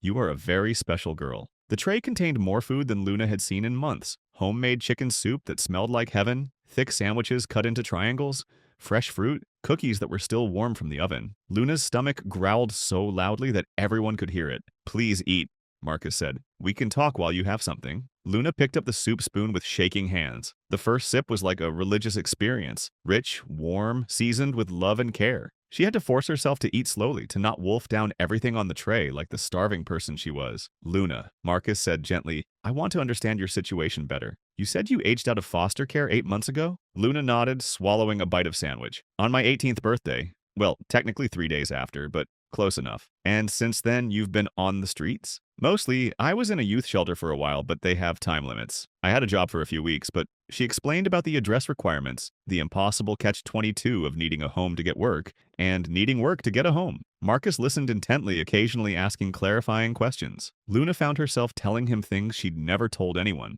about the foster families who'd treated her like free labor, about the social workers who saw her as just another case file, about the nights when she'd been so cold and scared that she'd considered doing things she'd never imagined just to survive. The hardest part, she said finally, isn't the cold or the hunger. It's being invisible. People look right through you like you don't exist. Or worse, they look at you like you're something dirty that needs to be swept away. But you exist, Marcus said quietly. You matter. What you did tonight proves that. Luna felt tears threatening again. Sometimes I wonder if this is just my life now. If I'm going to be one of those people you see on the streets for years, just existing. No, Marcus said with quiet certainty. That's not going to happen. Not to you. He moved to his desk and pulled out a folder. Luna, I want to tell you something. For the past 2 years, my company has been developing a program for young people aging out of foster care. We've been researching the problem, consulting with experts, designing services, but we've been missing something crucial, the voice of someone who's actually lived through it. He slid the folder across to her.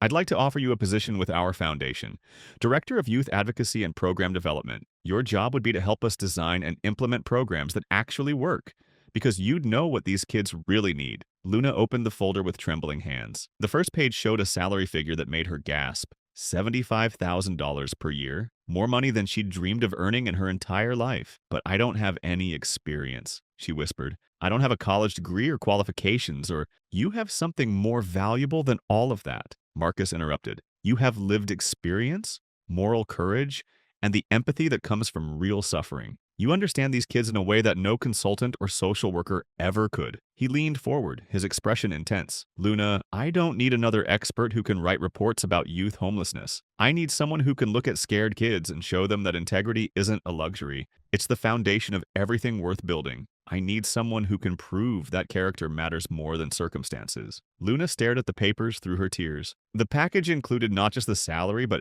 health insurance, a housing allowance, and a full college scholarship fund. I don't understand. Why are you doing this? Marcus was quiet for a long moment, then walked to another framed photo on his desk. This one showed a much younger Marcus with a beautiful woman and a toddler. 22 years ago, he said quietly, my wife Catherine was pregnant with Emma. We were driving to a dinner party when a drunk driver ran a red light and hit us. Our car flipped 3 times and caught fire. Luna held her breath. I was unconscious. Catherine was trapped. The fire was spreading and she couldn't get out. Marcus's voice grew thick. A homeless veteran named James pulled us both from the wreckage and stayed with us until the ambulance came. He saved all 3 of our lives. Mine, Catherine's, and Emma's. What happened to him? That's just it. By the time I was released from the hospital, he'd disappeared. I hired private investigators, offered rewards, spent years trying to find him, but he'd vanished into the same invisible world you've been living in. Marcus paused, his voice breaking slightly. James saved my family, and I never got to properly thank him. I never got to help him the way he helped us. Luna felt the pieces clicking together.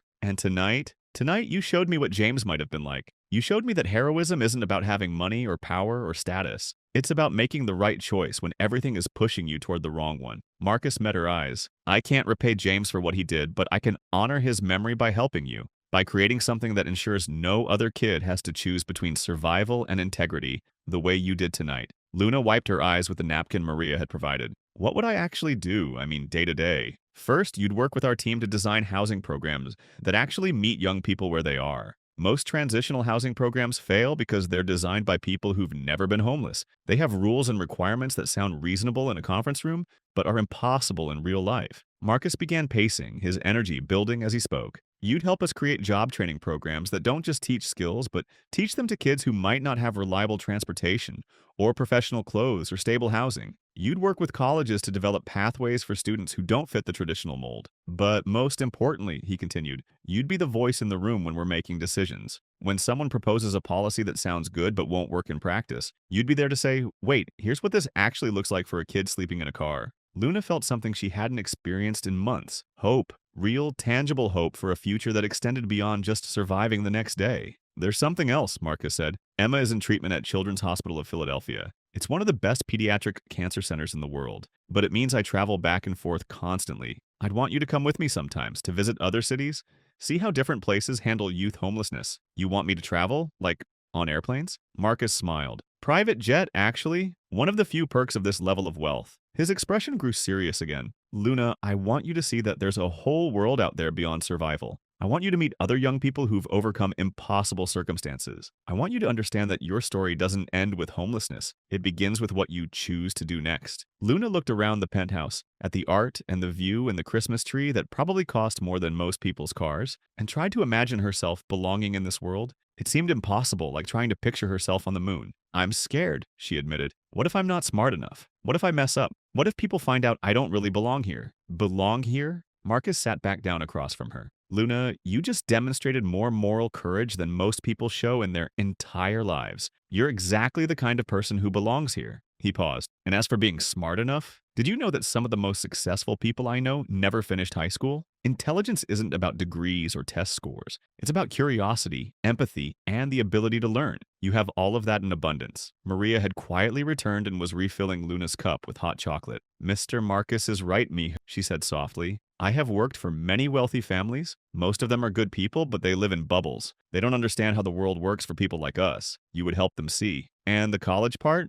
Luna asked. I barely finished high school. I had to keep switching schools because of foster placements. We'll start slowly, Marcus said. Night classes, online courses, whatever works with your schedule. The foundation will pay for everything, and you can take as long as you need. Education isn't a race. Luna felt overwhelmed by the magnitude of what was being offered. Can I ask, why me specifically? I mean, there are other homeless kids who probably deserve this more. Deserve? Marcus shook his head. Luna, this isn't about deserving. This is about recognizing that you've already proven who you are. Tonight, when you were cold and hungry and desperate, you chose honesty over personal gain. You chose to protect a child you'd never met over saving yourself. He stood and walked to the window, looking out at the city lights. Do you know what most people would have done with that wallet? Kept it, Luna said quietly. Exactly. Not because they're bad people, but because survival is a powerful motivator. What you did tonight is extraordinary, and it tells me everything I need to know about your character. Marcus turned back to her. But there's something else. Earlier you said the hardest part of being homeless is being invisible.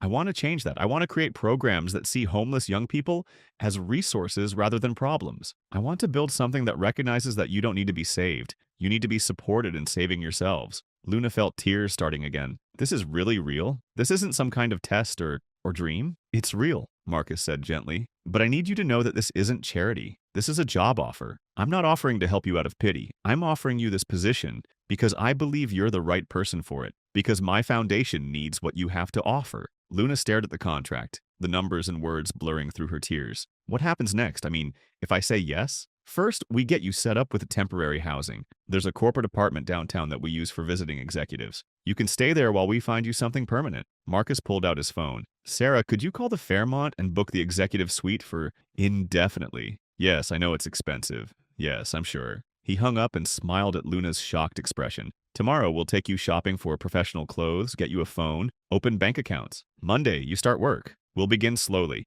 Meetings with our program coordinators, visits to existing youth services, research. You'll basically be doing a paid internship in your own expertise. My own expertise? Luna repeated, testing how the words felt. Exactly. You're the expert on what it's like to be a teenager with no safety net. That's incredibly valuable knowledge. Marcus sat back down. Luna, I want to tell you about something I learned from James, the man who saved my family. What did you learn? James could have just called 911 and left. The fire department would have eventually gotten to us. But he didn't. He stayed. He held Catherine's hand while she was trapped, told her jokes to keep her calm, promised her that everything would be okay. Even after the ambulance came, he stayed until he knew we were safe. Marcus's voice grew soft. Later, the paramedics told me that James had burns on his hands and arms from pulling us out of the car. He never mentioned it, never complained. He just cared for strangers because it was the right thing to do. He sounds like an incredible person. He was. And that's what I see in you. You didn't just return the wallet. You could have mailed it or dropped it at a police station. But you brought it back personally because you were worried about Emma, about whether she'd get her medication in time. Luna thought about that moment in the snow, the weight of the wallet in her hands, the image of a sick child that had driven her decision. I kept thinking about how scared her parents must be. Exactly. Empathy in action. That's what James showed us, and that's what you showed me tonight. Marcus leaned forward. I want to tell you something else. This foundation we're creating, it's not going to be just another charity that throws money at problems. It's going to be different because you're going to help design it. How? We're going to start by listening. Really listening. Not just to service providers and government officials, but to the young people themselves. You're going to help us conduct interviews, focus groups, surveys. We're going to find out what kids actually need, not what we think they need. Marcus pulled out another folder. I've been researching this issue for 2 years, and the statistics are heartbreaking. Did you know that 40% of homeless youth have been in foster care? That LGBTQ+ youth make up 40% of the homeless youth population, despite being only 7% of the general youth population? Luna nodded. I know kids from both groups. The system isn't set up for anyone who doesn't fit a narrow definition of normal. Exactly. And most programs fail because they're designed by people who've never experienced homelessness. They create rules that sound reasonable but are impossible to follow if you're actually living on the streets. Like requiring a permanent address to get services, Luna said bitterly, or having meetings during business hours when you're trying to work, or mandatory counseling sessions that assume your homelessness is caused by personal problems instead of systemic failures. Yes, see, this is exactly what I mean. You understand the practical realities in a way that no amount of research can teach. Marcus's excitement was palpable. I want you to help us design programs that actually work, housing that doesn't come with impossible requirements, job training that recognizes that homeless youth might not have professional clothes or reliable transportation, education programs that work around the chaos of unstable housing. Luna felt a spark of something she hadn't experienced in years, intellectual excitement. What about mentorship programs, like pairing homeless youth with people who've been through similar experiences? Tell me more about that idea. Well, most mentorship programs pair kids with successful adults who mean well but don't really understand. They give advice like just work hard or stay positive without understanding the daily reality of trying to survive on the streets. Luna's voice gained strength as she spoke. But what if we paired kids with people who had been homeless themselves? People who could say, I know this is hard, and here's how I got through it. Marcus was writing notes as fast as he could. That's brilliant. Peer mentorship based on shared experience rather than traditional power dynamics. And what about microhousing? Luna continued.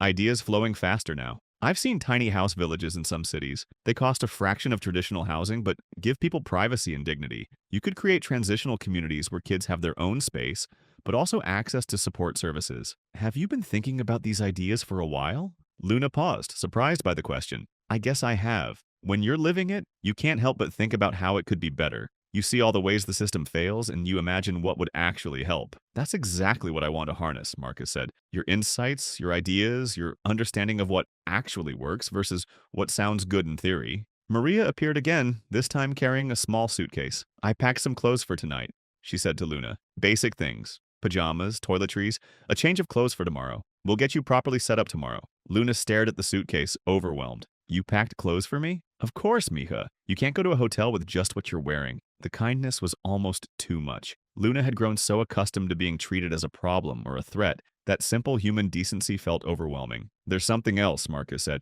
I want you to meet Emma. Luna's heart skipped. Really? She's back in Philadelphia right now, but she's coming to Chicago for Christmas. She specifically asked to meet the girl who found Daddy's wallet. Marcus smiled. I told her about you and she wants to thank you personally. What did you tell her? The truth, that a very brave young woman found something that belonged to us and brought it back. Even though keeping it would have helped her tremendously. Marcus paused. She said she wants to be friends with you. Emma doesn't have many friends right now. The cancer treatment keeps her isolated from other kids. Luna felt tears starting again. I'd love to meet her. Good, because there's something I think you two might have in common. Emma is incredibly smart, but she's also incredibly empathetic. She worries about other kids in the hospital, asks me to donate to children's charities, wants to know how we can help people. Marcus smiled sadly. Cancer has aged her in some ways, made her think about things most 8-year-olds never consider. Like what? Like why some kids have families and others don't. Why some people have enough money for medicine and others don't. She asked very hard questions about fairness and justice. Marcus met Luna's eyes. I think she'd learn a lot from talking to you,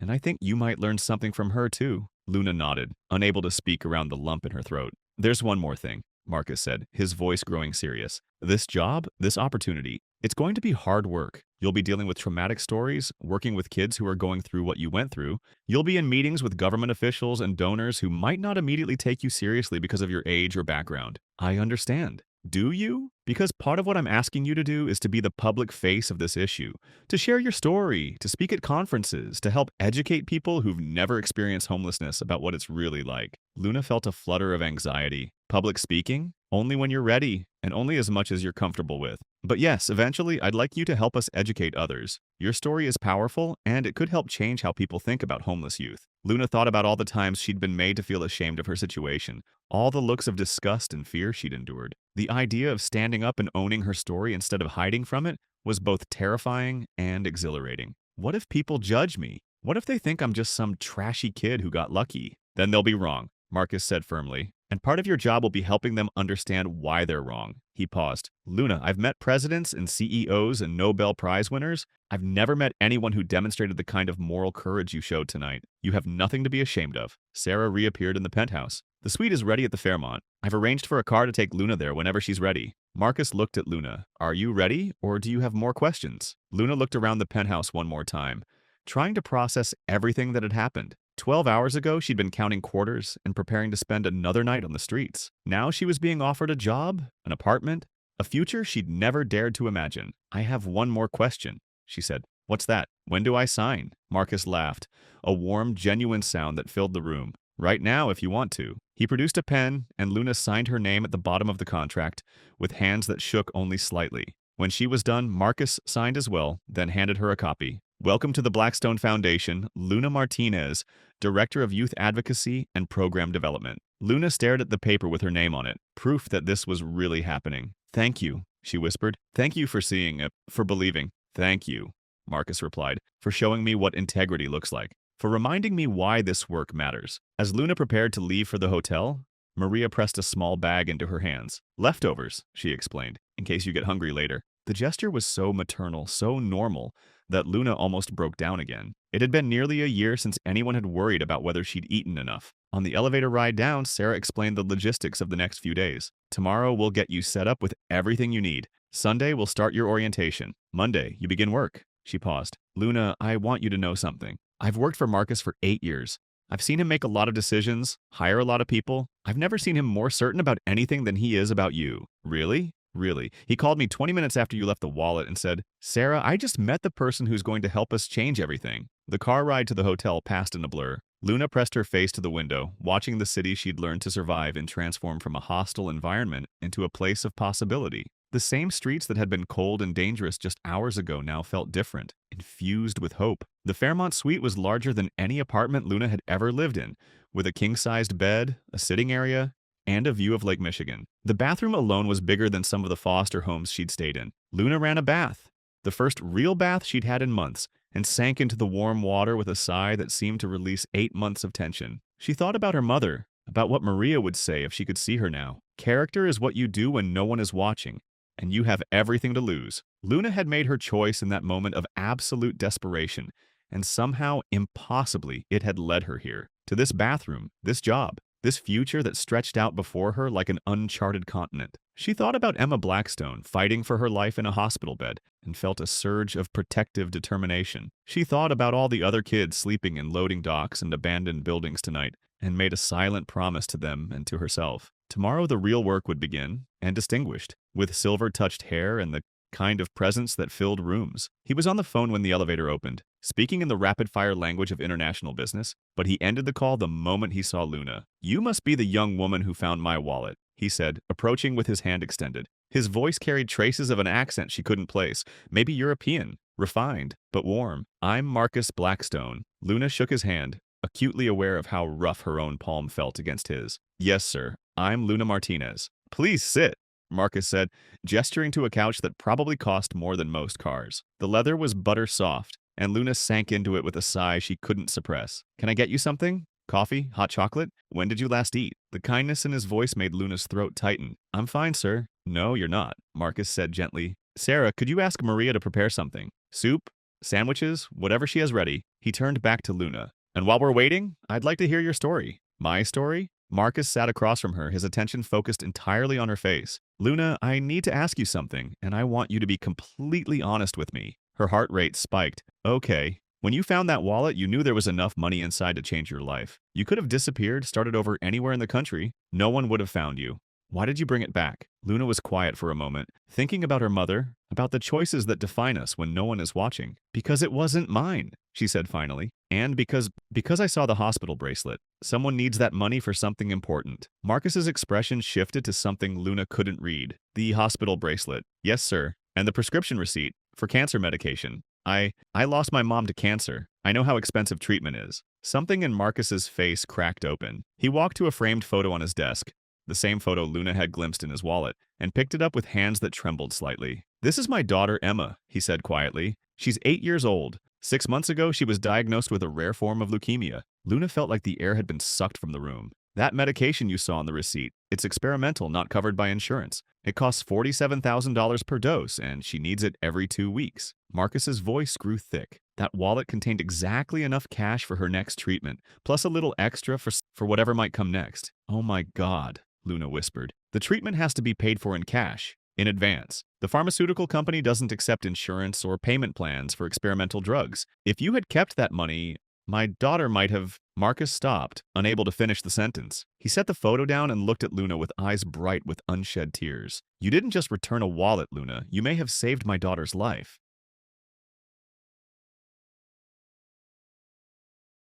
A billionaire discovers maid was secretly his sister. Edward Grant thought he was hiring just another cleaning lady, change everything about his broken family. His 9-year-old son, Noah, hadn't spoken or moved since a terrible accident. The best doctors in the world said there was no hope.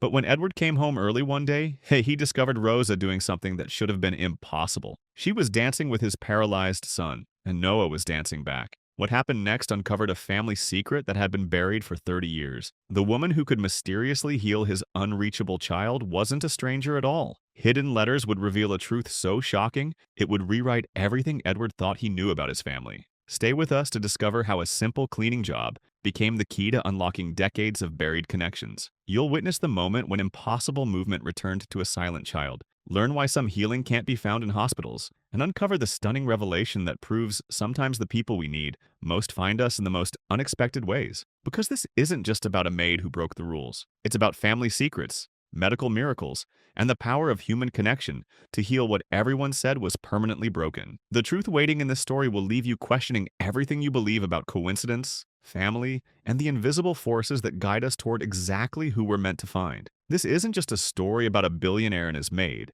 It's about the mysterious forces that pull broken souls together across bloodlines, social barriers, and the devastating silence that follows tragedy. It's about a woman whose gentle rebellion against protocol awakened not just a paralyzed boy, but the buried humanity in his father. And most shocking of all, it's about a family secret so profound that when the truth finally emerged from a forgotten envelope in a dusty storage room, it revealed that sometimes fate doesn't just bring strangers together, it brings family home. Stay with us, because what begins as a simple moment of unexpected movement becomes a journey through grief, healing, and the discovery that the most powerful medicine isn't found in hospitals or laboratories. It's found in the courage to dance when the world tells you to sit still, to sing when silence seems safer, and to love when love feels like the most dangerous risk of all. And waiting at the heart of this story will leave you questioning everything you thought you knew about coincidence, connection, and the invisible threads that bind us to the people we're meant to find. Edward Grant's penthouse felt more like a mausoleum than a home. 57 floors above Manhattan's restless energy, the immaculate space stretched out in clinical perfection, marble floors that reflected nothing, furniture positioned with mathematical precision, and air so still it seemed afraid to circulate. Every surface gleamed with the kind of sterile brilliance that screamed of professional maintenance and emotional abandonment. At 38, Edward had built Grant Technologies from a college dorm room idea into a global empire worth $12 billion. He could move markets with a phone call, reshape industries with a decision, and command the attention of world leaders with a simple request for a meeting. But none of that power, none of that influence, could penetrate the silence that had consumed his home for the past 3 years. The silence had a name. Noah Grant, age 9, who sat motionless in his wheelchair by the floor-to-ceiling windows each day, staring out at a city that pulsed with life while he remained trapped in a prison of his own making. The spinal injury from the car accident that had killed his mother, Lillian, had left him paralyzed from the waist down. But what truly terrified Edward wasn't the wheelchair or the medical equipment or even the army of specialists who filed through their home with clipboards and concerned expressions. It was the absence behind his son's pale blue eyes. Not grief. Grief would have been understandable, even workable. Not anger. Anger could be channeled, processed, healed. What lived in Noah's gaze was something far more devastating, a complete retreat from existence itself. The boy who had once filled these rooms with laughter and chaos and the beautiful mess of childhood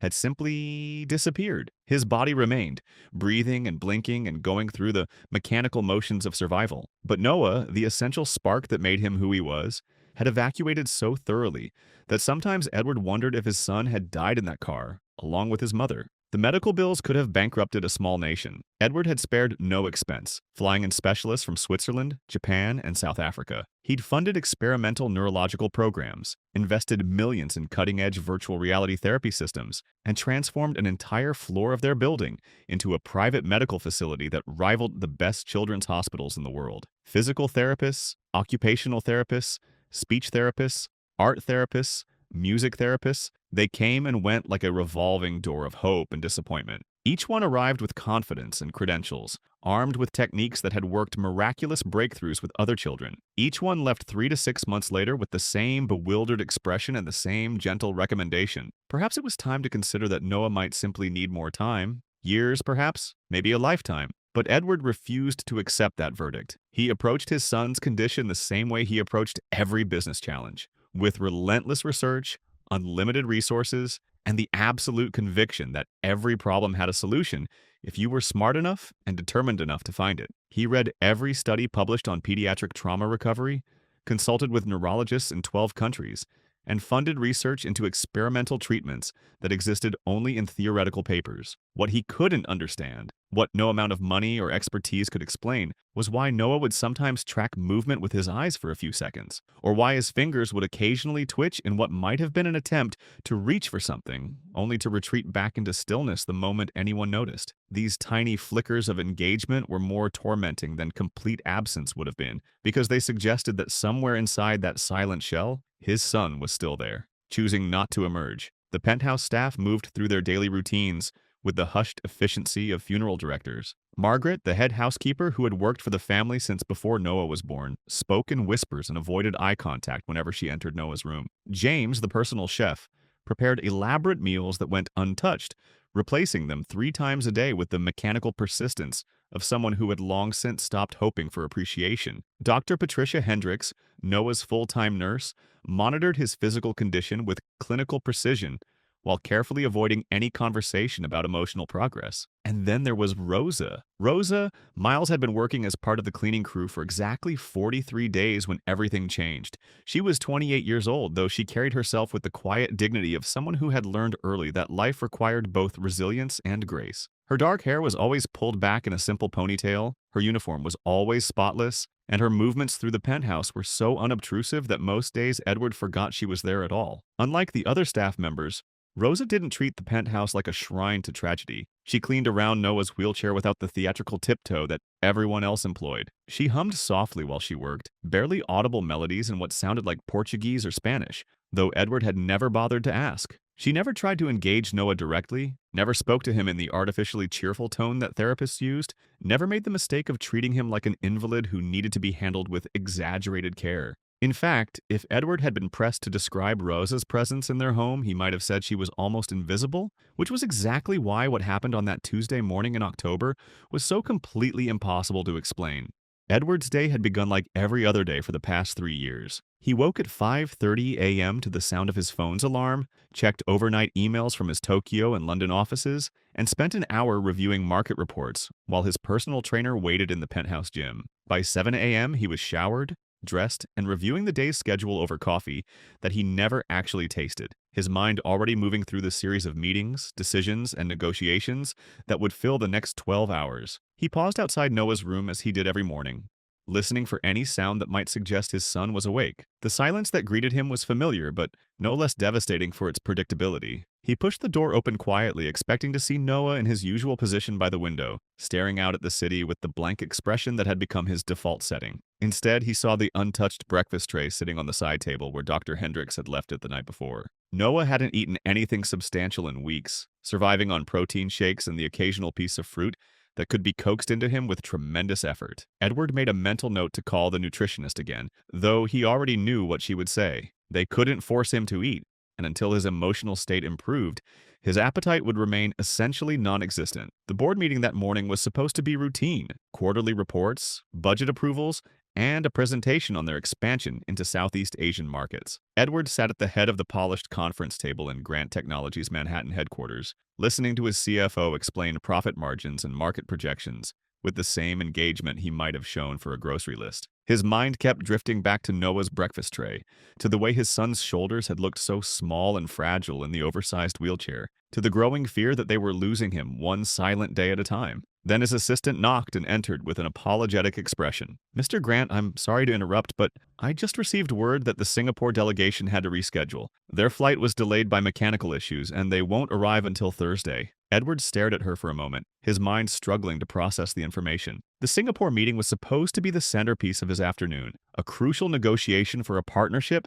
that could open doors throughout Asia. He had spent weeks preparing, reviewing cultural protocols, and studying the backgrounds of each delegate. Now suddenly, he had 4 hours of unexpected free time stretching ahead of him. "Reschedule everything else," he heard himself saying. "I'm going home." The words surprised him as much as they seemed to surprise his assistant. Edward Grant didn't go home in the middle of the day. He didn't have unexpected free time. His schedule was a precisely calibrated machine that had been running without interruption for years. But something about the empty space where the meeting should have been felt, like an invitation or perhaps a command, to break his own rules. The elevator ride from the 42nd floor to the parking garage passed in a blur. Edward found himself in the back of his car, watching Manhattan slide past the windows, without any clear memory of making the decision to leave. His driver, accustomed to sudden changes in routine, asked no questions and made no conversation during the 20-minute ride back to the residential tower that housed the penthouse. As the private elevator climbed toward the 57th floor, Edward felt an unfamiliar sensation in his chest, something that might have been anticipation, though he couldn't understand what he might be anticipating.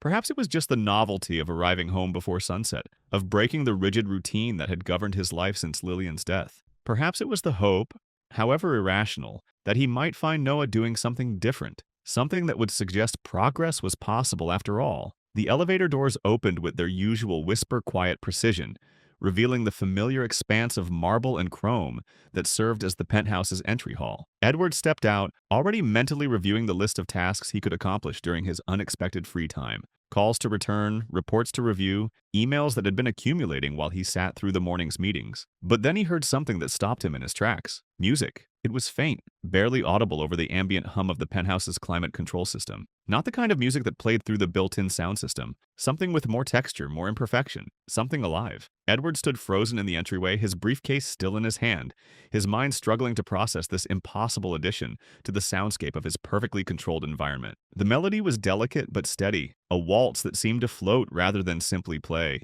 And underneath it, even more impossible, was the sound of movement. Not the mechanical whir of medical equipment or the efficient footsteps of staff members, but something fluid and organic. Something that sounded almost like dancing. Edward set his briefcase down slowly, as if sudden movement might cause the sounds to disappear. He walked forward through the entryway, past the formal living room with its unused furniture and untouched coffee table books, following the music like a man in a trance. Each step brought the sounds into sharper focus, and with that clarity came a growing sense of disbelief that threatened to overwhelm his ability to think rationally. Someone was dancing in his home, in the space where silence had reigned supreme for 3 years, where every sound was muffled and every movement was careful and deliberate. Someone was dancing. As he reached the archway that led to the main living area, Edward paused, his hand gripping the marble column for support. What he saw in the room beyond challenged every assumption he had made about what was possible in his world. Rosa was moving across the marble floor with a grace that seemed to defy the reality of her position as a cleaning woman. Her feet were bare, her movements fluid and confident as she turned slowly in the sunlight that streamed through the floor-to-ceiling windows. Her right hand was extended, fingers curved as if she were holding something precious and fragile. And she was holding something precious and fragile. Noah's hand was nestled in hers, his small fingers curled loosely around her palm as she guided his arm through a gentle arc. His wheelchair was positioned perfectly to allow his upper body to participate in the movement, and Rosa was spinning slowly around him, creating a dance that accommodated his limitations while never acknowledging them as limitations at all. But what stopped Edward's breath entirely, what made his vision blur and his knees threaten to buckle, was the expression on his son's face. Noah's head was tilted slightly upward, his pale blue eyes locked on Rosa's form, with an intensity that Edward hadn't seen in 3 years. He was tracking her movement, not with the vacant stare that had become his default expression, but with focused attention. His eyes were alive, present, engaged. He wasn't just watching her, he was participating, however subtly in something that looked unmistakably like joy. Edward stood in the archway for what felt like hours but was probably only minutes, afraid to move, afraid to breathe, afraid that any acknowledgement of what he was witnessing would cause it to vanish like a mirage. His mind raced through possible explanations. Hallucination, breakdown, some kind of elaborate therapy technique that he hadn't been informed about. But none of them could account for the simple, devastating reality of what he was seeing. His son, his broken, unreachable son, was dancing. The music began to slow, and Rosa turned gracefully to face the archway, as if she had known all along that Edward was standing there. Her expression wasn't startled or guilty or defensive. It was serene, almost peaceful, as if this moment of impossible magic was exactly what she had expected to find. When she looked up, she didn't release Noah's hand immediately. Instead, she stepped back slowly, allowing his arm to lower gently to his side, with the same fluid grace that had characterized their entire dance. Noah didn't flinch or retreat or shut down. His gaze shifted from Rosa to the floor, but not with the blank dissociation that Edward had grown accustomed to. It was natural, like a child who had been playing and was now ready to rest. Rosa offered a simple nod toward Edward, not apologetic, not guilty, just acknowledgement from one adult to another. There was no shame in her expression, no request for permission or forgiveness. She had done what she felt was right, and she was prepared to accept whatever consequences that choice might bring. Edward tried to speak, but his throat had closed entirely. His mouth opened and closed soundlessly as his mind struggled to process what he had witnessed. Rosa turned and began collecting her cleaning supplies, humming softly under her breath, as if the miracle that had just unfolded was as natural and unremarkable as any other part of her daily routine. It took several minutes before Edward could move. He stood like a man who had just survived an earthquake,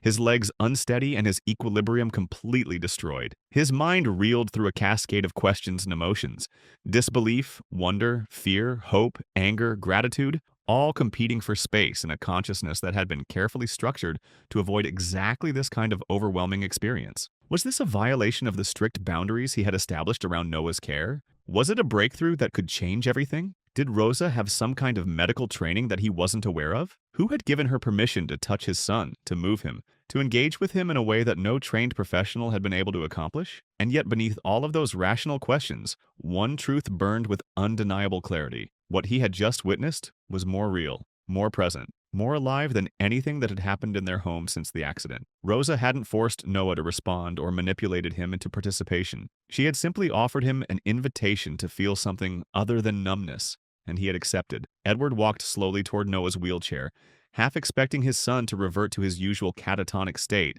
now that the spell had been broken. But Noah didn't shut down. He didn't retreat. His fingers curled slightly inward, as if his hand retained the memory of Rosa's touch, and there was a subtle tension in his arm that suggested his muscles remembered what it felt like to move with purpose. And then, so faintly that Edward almost missed it, came the sound that shattered what remained of his composure. Noah was humming. The melody was barely audible, cracked and uncertain from years of disuse, but unmistakably the same waltz that Rosa had been playing. His lips were parted slightly, and the sound emerged as little more than breath shaped into music, but it was there. His son, his silent, unreachable son, was humming. Edward staggered backward, his hand pressed to his mouth to contain the sob that threatened to escape. He didn't speak for the rest of the day. He couldn't. The weight of what he had witnessed, the magnitude of the shift in their reality, was too enormous to process through words. He retreated to his office and spent the afternoon staring at security footage from the morning, rewinding and replaying the impossible scene until he had memorized every gesture, every movement, every second of the dance that had cracked open 3 years of silence. The image burned itself into his consciousness, Rosa spinning slowly in the sunlight, Noah's eyes tracking her movement with focused attention, the two of them connected by something that transcended medical explanation or rational understanding. That night, Edward didn't pour himself his usual scotch. He didn't respond to the emails that had accumulated during his absence. He sat alone in the dark living room, listening not to music but to the absence of it, trying to understand how a cleaning woman with no medical training had accomplished in a single dance what an army of specialists had failed to achieve in 3 years. Rosa, he realized, had done something that all of his money and expertise and determination had been unable to do. She had treated Noah not as a broken thing that needed to be fixed, but as a complete person who deserved to feel joy. She had offered him not therapy or treatment or rehabilitation, but simply the opportunity to be present in a moment of beauty. And Noah had chosen to accept that offer. As Edward finally made his way to bed in the early hours of the morning, he found himself humming, actually humming, the same melody that had filled his home that afternoon. The sound felt foreign in his throat, rusty from years of disuse, but undeniably real. For the first time since Lillian's death, Edward Grant fell asleep to the sound of music instead of silence, and in his dreams, he danced. The next morning arrived with the weight of unfinished business, hanging over the penthouse like storm clouds gathering on a clear day. Edward had spent a sleepless night replaying the impossible scene he had witnessed, his mind cycling between wonder and concern, hope and the terrifying possibility that he had imagined the entire thing. But when he checked the security footage again at dawn, there it was, indisputable evidence that his carefully controlled world had been turned upside down by a woman with bare feet and a melody. He waited until the staff had dispersed to their various duties before summoning Rosa to his office. The room was a testament to his success. Floor-to-ceiling windows overlooking Manhattan, a desk carved from a single piece of walnut,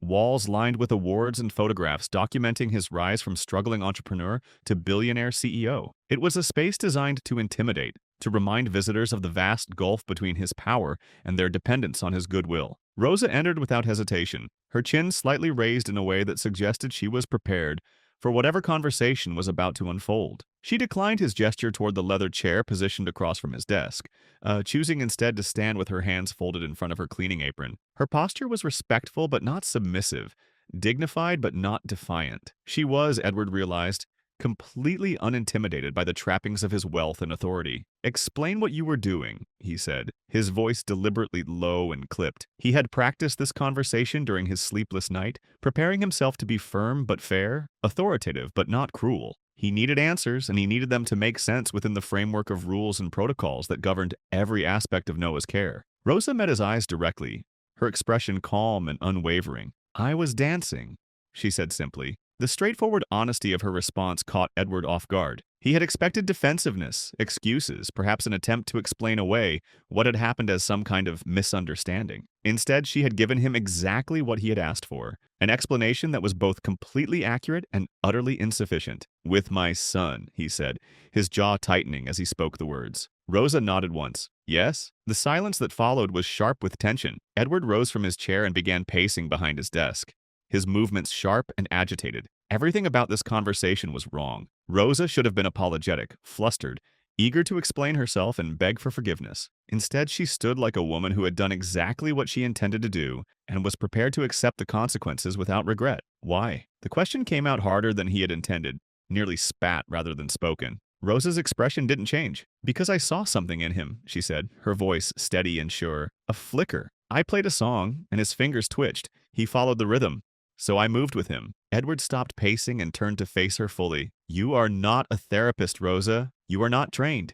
You don't touch my son." The words came out harsher than he had planned, fueled by 3 years of carefully maintained control and the terrifying realization that all of his systems and protocols had been rendered meaningless by a woman who cleaned floors for a living. He expected her to flinch, to step back, to show some sign that his authority still meant something in this conversation. Instead, Rosa's reply was immediate, firm, but never disrespectful. "No one else touches him either," she said quietly. "Not with joy, not with trust. I didn't force him. I followed him." The truth of that statement hit Edward like a physical blow. When was the last time anyone had touched Noah with joy? When was the last time someone had approached him as a source of pleasure rather than a problem to be solved? The therapist touched him with clinical precision. The nurses touched him with medical necessity. His own father touched him with the careful desperation of someone afraid of causing further damage. But joy? Trust? When had those things disappeared from Noah's experience entirely? Edward resumed his pacing, his movements more agitated now as Rosa's calmness continued to unnerve him.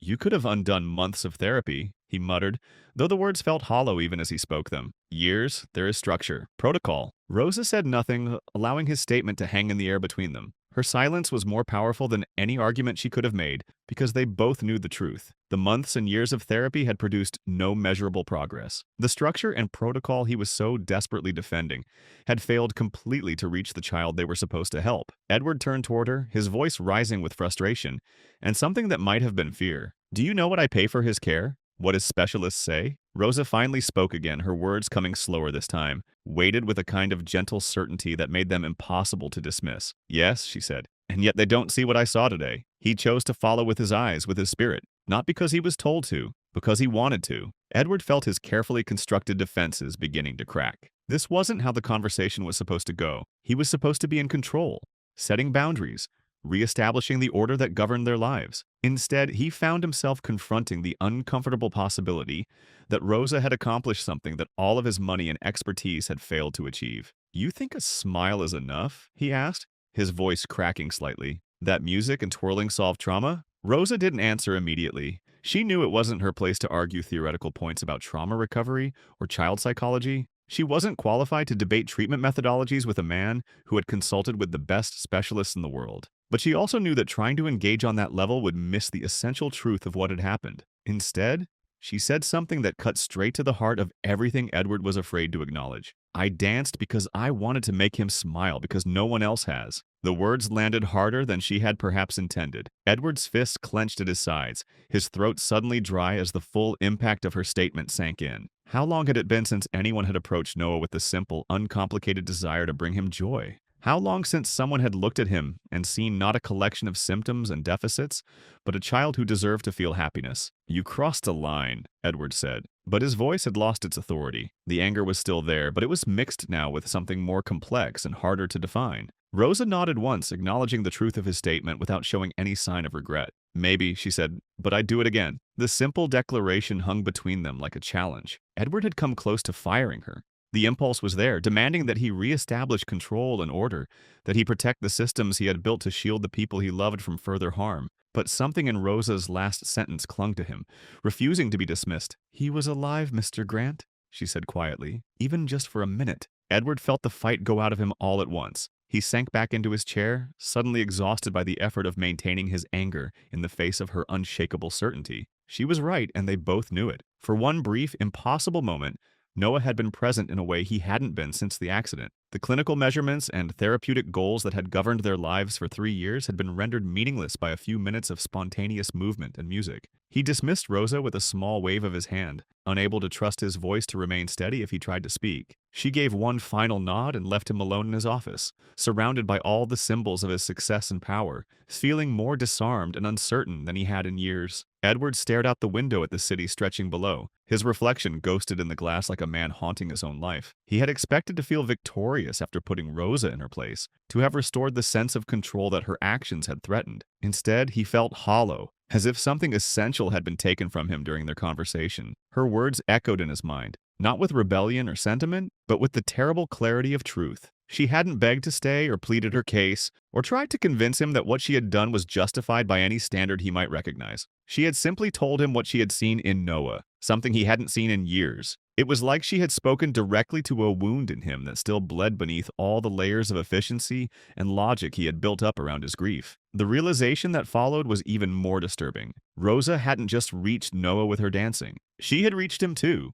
in ways that he wasn't ready to acknowledge or understand. That night, Edward sat on the edge of his bed with a glass of scotch that remained untouched, staring at the floor while his mind wrestled with the implications of what had happened. The music Rosa had played, he hadn't even recognized the song, but the rhythm stayed with him like a persistent memory. It was soft and familiar, like breathing choreographed into melody. As he sat in the quiet of his room, Edward tried to remember the last time he had heard music in their home that wasn't connected to a therapist's recommendation or some clinical attempt at stimulation. The effort brought back memories he had been avoiding for 3 years. Memories of Lillian dancing barefoot in their kitchen, humming melodies that seemed to come from some deep well of happiness he had never learned to access. She had loved to dance, not professionally, but with the kind of freedom that came from never doubting that joy was something worth pursuing. Edward remembered finding her in the living room one evening, just after Noah had taken his first steps, swaying to music only she could hear, while their toddler son clung to her legs and giggled with delight. Edward had felt ridiculous when she pulled him into the dance, his movements awkward and self-conscious compared to her natural grace. But for those few minutes, he had allowed himself to be carried by her rhythm, to feel light and unguarded in a way that had nothing to do with business strategies or financial projections. That was before the accident, before the wheelchairs and the silence and the careful distance he had learned to maintain from anything that might threaten his emotional equilibrium. He hadn't danced since Lillian's death. He hadn't let himself remember what it felt like to move without purpose, other than the simple pleasure of movement itself. But tonight, alone in the dark, he found himself swaying slightly in his chair, not quite dancing, not quite still, unable to resist the pull of a memory that Rosa's music had awakened. The movement felt foreign and familiar at the same time, like speaking a language he had once known fluently but hadn't used in years. Eventually, Edward rose and walked quietly to Noah's room. He opened the door softly, expecting to find his son in his usual position by the window, lost in the blank contemplation that had become his default state. Instead, he discovered something that made his chest tighten with an emotion he couldn't name. Noah was humming. The sound was so faint that Edward might have missed it if he hadn't been listening for signs of life, but it was unmistakably there. His son's lips were parted slightly, and a breathy melody emerged, off-pitch and trembling, but recognizably the same waltz that Rosa had played that afternoon. Noah was rocking almost imperceptibly as he hummed, a motion so subtle that it might have been mistaken for the natural sway of breathing. Edward stood in the doorway, afraid to move closer, afraid that his presence might break whatever fragile spell was allowing this moment to exist. For the first time in 3 years, Noah was making music. It wasn't speech, wasn't a breakthrough in any clinical sense, but it was evidence of an inner life that Edward had begun to fear was lost forever. His son was still in there, somewhere beneath the layers of trauma and silence, and Rosa had found a way to call him back, however briefly, to the surface. Edward returned to his own room with tears in his eyes and a weight in his chest that felt like the first tremor of an earthquake. He didn't sleep that night. Instead, he sat in the dark and listened to the absence of music, replaying in his mind the impossible sight of his son in motion, the sound of melody returning to a voice that had been silent for so long. Something fundamental had shifted in their world, and Edward wasn't sure whether he should be grateful or terrified by the change. All he knew was that Rosa had opened a door he had thought was permanently sealed, and now he had to decide whether he was brave enough to walk through it. Rosa returned to work the following morning, with the same quiet dignity she had always displayed, but Edward found himself watching her with new eyes. He observed her movements through the penthouse, noting the way she hummed softly while organizing supplies, the gentle rhythm that seemed to govern her every gesture, the complete absence of the nervous energy that most staff members displayed in his presence. She didn't seek him out for clarification about her position or attempt to gauge his mood after their confrontation. Instead, she simply went about her work with the same careful attention to detail she had always shown, cleaning surfaces that were already spotless and organizing spaces that had never been disturbed. But there was something different in the air now, a subtle shift in the energy of the home that Edward couldn't quite define. The change became more apparent when Rosa entered Noah's room to continue her regular cleaning routine. Edward positioned himself in the hallway, partially concealed behind the doorframe, telling himself he was merely observing to ensure that appropriate boundaries were maintained. But the truth was more complex. He was drawn to watch this woman who had accomplished the impossible, hoping to understand the secret of her success. Rosa didn't speak to Noah directly. She didn't acknowledge him with the artificially cheerful greetings that therapists used or attempt to engage him in conversation. Instead, she moved through her tasks with the same fluid grace she had displayed during their dance, humming melodies that seemed to fill the space between them without demanding any response. At first, Noah remained as motionless as ever, his wheelchair positioned by the window, and his face betraying none of the animation Edward was desperate to see. But Rosa didn't appear to expect miracles. She swept and dusted with deliberate rhythm, occasionally changing her tune to let the melody dip into minor keys or flutter through more complex progressions. Edward couldn't identify the songs she hummed. They weren't nursery rhymes or classical pieces or anything from popular culture. They sounded older, more fundamental, like lullabies that had been passed down through generations by memory rather than sheet music. There was something almost ancient about the melodies, as if they carried emotional truths that transcended language or cultural boundaries. And slowly, almost imperceptibly, Noah began to respond. On the third day of Edward's surveillance, he noticed that Noah's eyes followed Rosa's movement for just a second when she passed near his chair. It was barely noticeable, a slight shift in focus that lasted no more than a heartbeat, but Edward saw it. Rosa didn't react or make any acknowledgement of the response. She simply continued her work, allowing the moment to exist without drawing attention to it. The next day, it happened again. This time, Noah's gaze lingered for 2 seconds, tracking Rosa's path across the room before drifting back to the window. Again, she showed no sign of having noticed, but Edward caught the almost imperceptible pause in her humming, a brief musical rest that somehow acknowledged the connection without demanding more. By the end of the week, Noah was blinking twice when Rosa changed direction.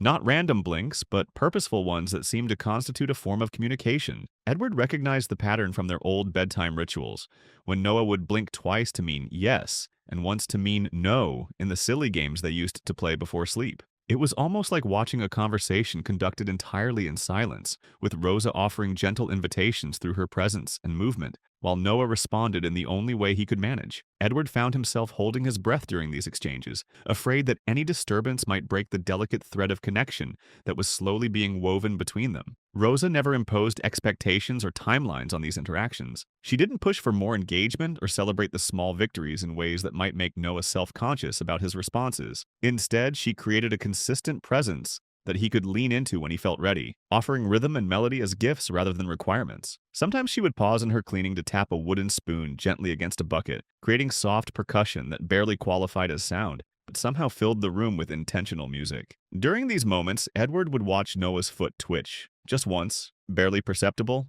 but unmistakably in time with Rosa's quiet beat. Other times, Rosa would leave a brightly colored cleaning cloth on the table near Noah's chair, not as bait or encouragement, but simply as an offering of beauty in a space that had been drained of color for too long. Noah would glance toward it, his eyes lingering for a moment on the splash of yellow or red or blue that Rosa had introduced into his carefully controlled environment. These weren't breakthroughs in any traditional sense. No therapist would have documented them as measurable progress, and Edward couldn't explain to anyone else why these tiny gestures felt so monumentally important. But he was learning to recognize the difference between the mechanical responses that medical professionals tried to elicit and the organic connections that Rosa seemed to nurture without effort. The most significant change, however, was happening not just in Noah but in Edward himself. He found himself staying longer behind the hallway wall each morning, his breathing slowing to match Rosa's unhurried pace. The frantic energy that usually drove him through his days was being replaced by something quieter. Not relaxation exactly, but a kind of focused attention that he hadn't experienced since before Lillian's death. He tried once to explain what he was observing to Dr. Patricia Hendricks, Noah's physical therapist,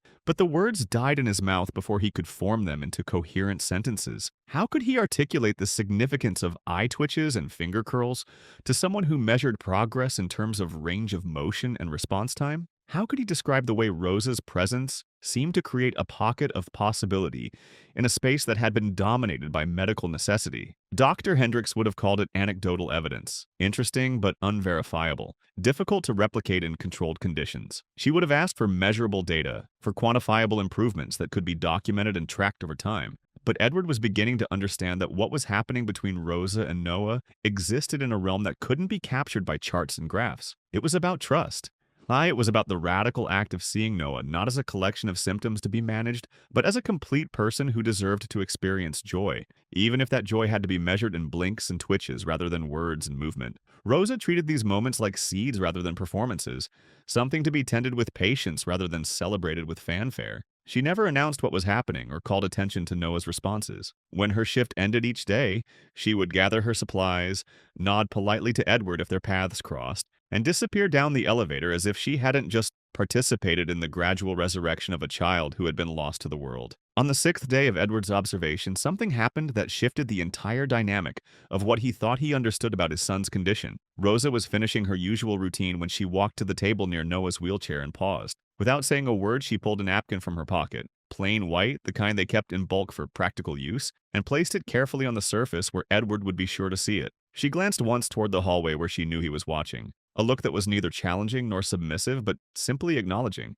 Then she left, taking her supplies and her quiet music with her, leaving behind only the napkin and the echo of melody that seemed to linger in the air even after she was gone. Edward waited until he was certain Rosa had left the floor before approaching the table. The napkin appeared unremarkable at first glance, but when he picked it up, he discovered something that made his hands tremble and his vision blur with tears he couldn't control. Someone had drawn on the napkin in pencil, childlike lines that were hesitant and uneven, with smudges where the artist had erased and redrawn details multiple times. But the image was unmistakable. Two stick figures with their arms extended, caught mid-spin in what could only be interpreted as a dance. One figure had hair drawn in bold, flowing lines, while the other had a simple circle for a head and appeared to be seated. Edward sank into the chair beside the table, clutching the napkin as if it were the most precious artifact in the world. He didn't need to ask who had created this drawing. The lines were uncertain and shaky in the way that suggested fingers that hadn't held a pencil in years, hands that had forgotten the muscle memory of artistic expression, but were slowly remembering. Noah had drawn this.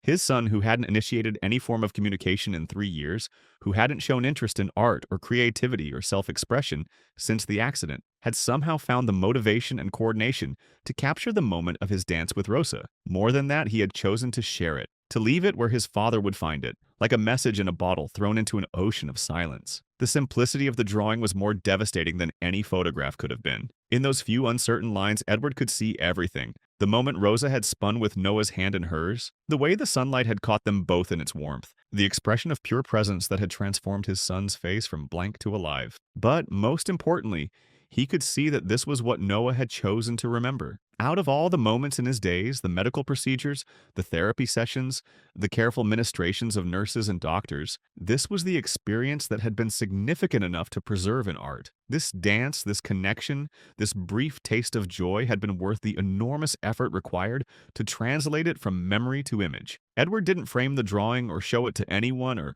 call attention to its existence in any way. Instead, he placed it carefully back on the table exactly where Rosa had left it, understanding instinctively that this gift wasn't meant to be celebrated or analyzed or preserved in any formal way. It was simply meant to be witnessed, acknowledgement that something beautiful had happened and that beauty deserved to be remembered. That evening, as shadows lengthened across the penthouse floor and the city lights began to twinkle in the distance, the napkin remained exactly where Rosa had placed it. It served as proof that somewhere inside Noah's silence, creativity and emotion, and the desire to communicate were still alive, waiting for the right invitation to emerge. Edward sat beside the drawing as the sun set, understanding for the first time that healing wasn't something that could be imposed or purchased or strategically implemented. It was something that grew in the spaces between people, nurtured by patience and trust, and the radical belief that connection was always possible, even when all evidence suggested otherwise. Rosa had given them more than a moment of dancing. She had given them hope that was grounded not in medical possibilities, but in human truth, that every person, no matter how broken they might appear, carried within them an essential spark that could be reached by someone willing to approach them with genuine love. The therapy session that would change everything began exactly as every other session had for the past 18 months. Dr. Sarah Chen, Noah's speech therapist, arrived at the penthouse at precisely 10 a.m., her materials organized in a leather portfolio that contained visual aids, communication boards, and assessment forms that had remained largely blank since their work together began. Dr. Chen was competent, kind, and professionally optimistic, in the way that comes from years of training and experience. She spoke to Noah in gentle, encouraging tones, offered choices between simple options, and waited patiently for responses that rarely came. Her methods were evidence-based and had proven successful with dozens of other children. The fact that they weren't working with Noah wasn't anyone's fault. It was simply another data point in the complex puzzle of trauma recovery. Edward stood on the other side of the glass partition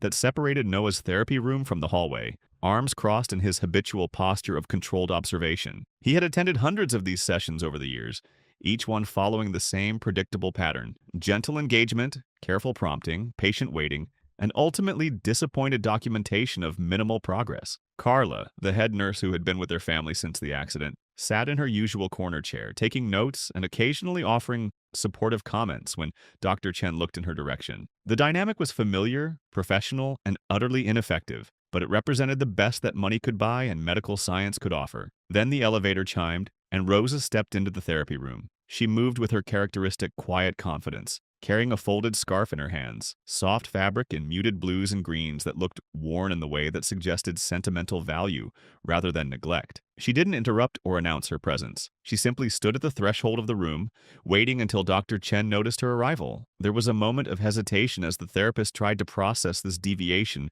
from their established routine. The cleaning staff didn't usually enter during therapy sessions, and Rosa's presence introduced an element of unpredictability into a carefully controlled environment. But before Dr. Chen could object or ask for clarification, Rosa stepped forward with purposeful intent. Edward leaned closer to the glass, his heart beginning to race as he recognized the signs of another impossible moment about to unfold. Rosa approached Noah's wheelchair without the careful distance that medical professionals maintained. She didn't kneel to his eye level or speak in the artificially animated voice that therapists used. Instead, she simply held up the scarf, letting it dangle and sway like a gentle pendulum, and asked a question that was both simple and revolutionary. "Want to try again?" The words were spoken softly, without pressure or expectation. It wasn't a therapeutic prompt designed to elicit a specific response. It was an invitation, open-ended and genuine, from one person to another. Rosa tilted her head slightly as she spoke, her expression conveying nothing more than mild curiosity about Noah's preferences. The room held its collective breath.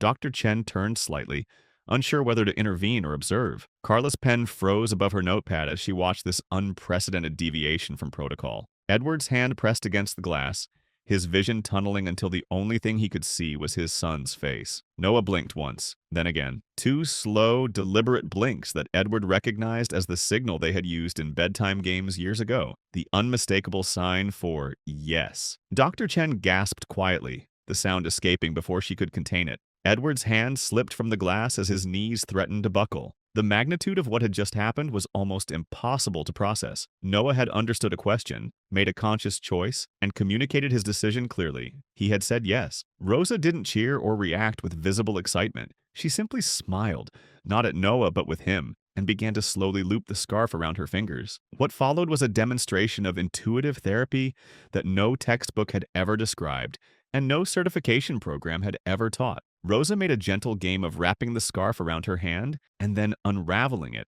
letting the fabric flutter and dance in the air. Each time she allowed the scarf to graze past Noah's fingertips, she paused to see if he would reach for it. There was no pressure, no coaxing, no verbal encouragement, just patient offering of opportunity. After several passes, Noah's hand twitched, not a reflexive movement or an involuntary response, but a deliberate attempt to make contact with the soft fabric. He didn't grab the scarf or make any dramatic gesture, but his fingers moved with unmistakable intention. Rosa acknowledged the movement by letting the scarf rest against his palm for a moment before gently pulling it away and beginning the pattern again. She was following a language that only she and Noah seemed to understand, responding to cues so subtle that they were invisible to everyone else in the room. Dr. Chen stood speechless, her carefully planned session forgotten as she watched this untrained cleaning woman accomplish what months of professional intervention had failed to achieve. The interaction was completely outside the bounds of established therapeutic protocols, yet it was undeniably effective in ways that defied clinical explanation. Edward remained behind the glass, his body rigid with the effort of containing emotions that threatened to overwhelm his ability to think rationally.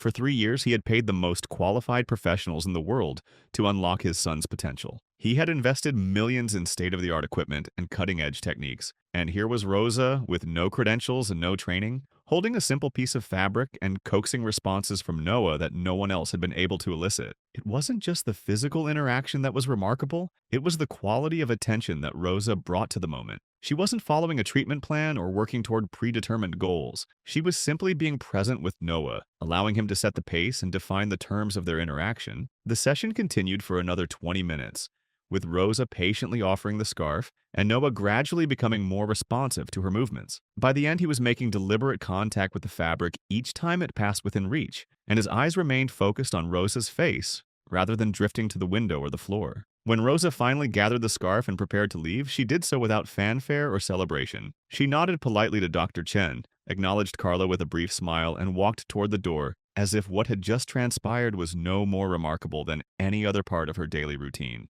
Edward found himself following her out of the therapy room, his legs moving without conscious direction. He caught up with her near the elevator bank, where she was waiting for the car that would take her back to the service floor where cleaning supplies were stored. "How did you know?" he asked, his voice hoarse with emotion he couldn't control. Rosa turned to face him, her expression calm but not unsympathetic. Know what? How to reach him. What to do. She considered the question for a moment, as if trying to translate an instinctive understanding into words that would make sense to someone else. "I didn't know," she said finally. "I just watched. I listened.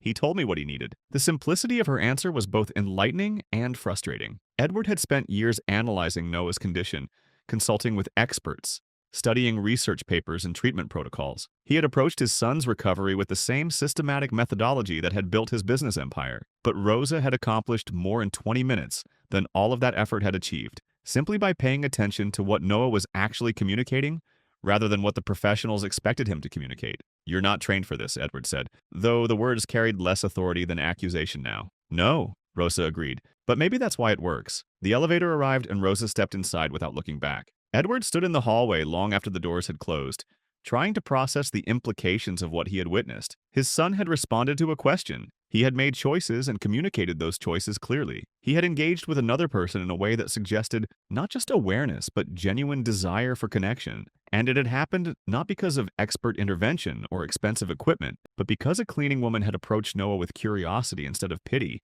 with respect instead of condescension, with the radical belief that he was capable of more than anyone else imagined. That afternoon, Edward found himself unable to concentrate on the stack of reports that demanded his attention. Instead, he kept returning to the image of Noah reaching for Rosa's scarf, the deliberate intention in that simple gesture, the presence behind his eyes that had been absent for so long. For the first time since the accident, Edward allowed himself to consider the possibility that recovery might not look like what he had expected. Perhaps healing wouldn't come through medical breakthroughs or therapeutic techniques. Perhaps it would come through the kind of patient, respectful attention that Rosa offered. Attention that saw Noah not as a problem to be solved, but as a person to be known. Back in her small apartment that evening, Rosa sat at her kitchen table with the scarf spread across the surface, running her fingers over the soft fabric that had belonged to her mother. She hadn't planned to bring it to work or to use it in whatever was developing between her and Noah, but something about the boy's stillness, his careful watching, had reminded her of herself at his age, trapped in circumstances beyond her control,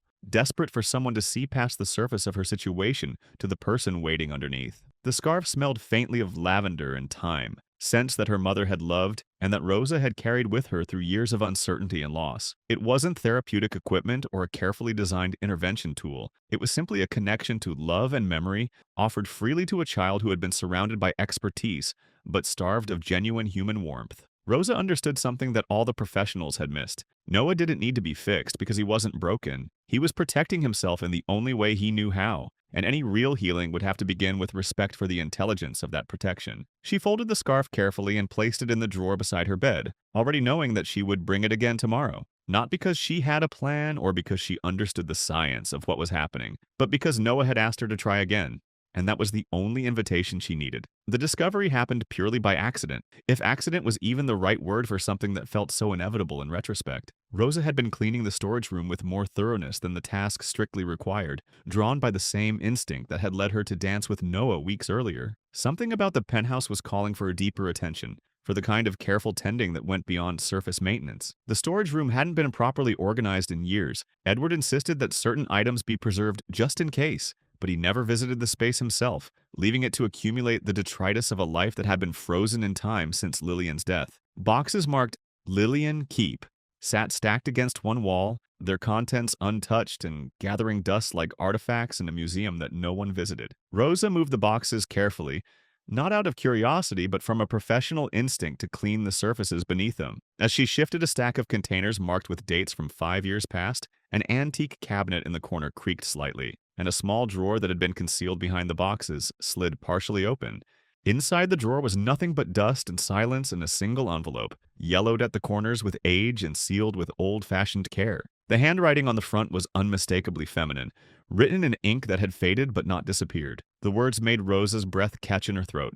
To Edward Grant, only if he forgets how to feel. Rosa stared at the envelope for a long moment, her hands trembling slightly as she held it. This wasn't something she should open, wasn't something meant for her eyes. But the specificity of the inscription suggested that Lillian had anticipated a moment exactly like this one, a time when Edward would need to be reminded of something he had lost or buried beneath the weight of grief and responsibility. She didn't open the letter. She knew that whatever it contained was meant for Edward alone, and her role was simply to ensure that it found its way to him. But holding the envelope, feeling the weight of words that had been waiting years to be discovered, Rosa understood that she was participating in something larger than coincidence. She waited until the house had settled into its evening quiet before approaching Edward's office. He was sitting behind his massive desk, the lights dimmed and his attention focused on documents that clearly weren't holding his interest. When he looked up and saw her standing in the doorway with the envelope in her hands, his expression shifted from mild curiosity to something approaching alarm. "I found something," Rosa said simply, offering no explanation beyond the obvious truth. Edward's eyes fixed on the envelope,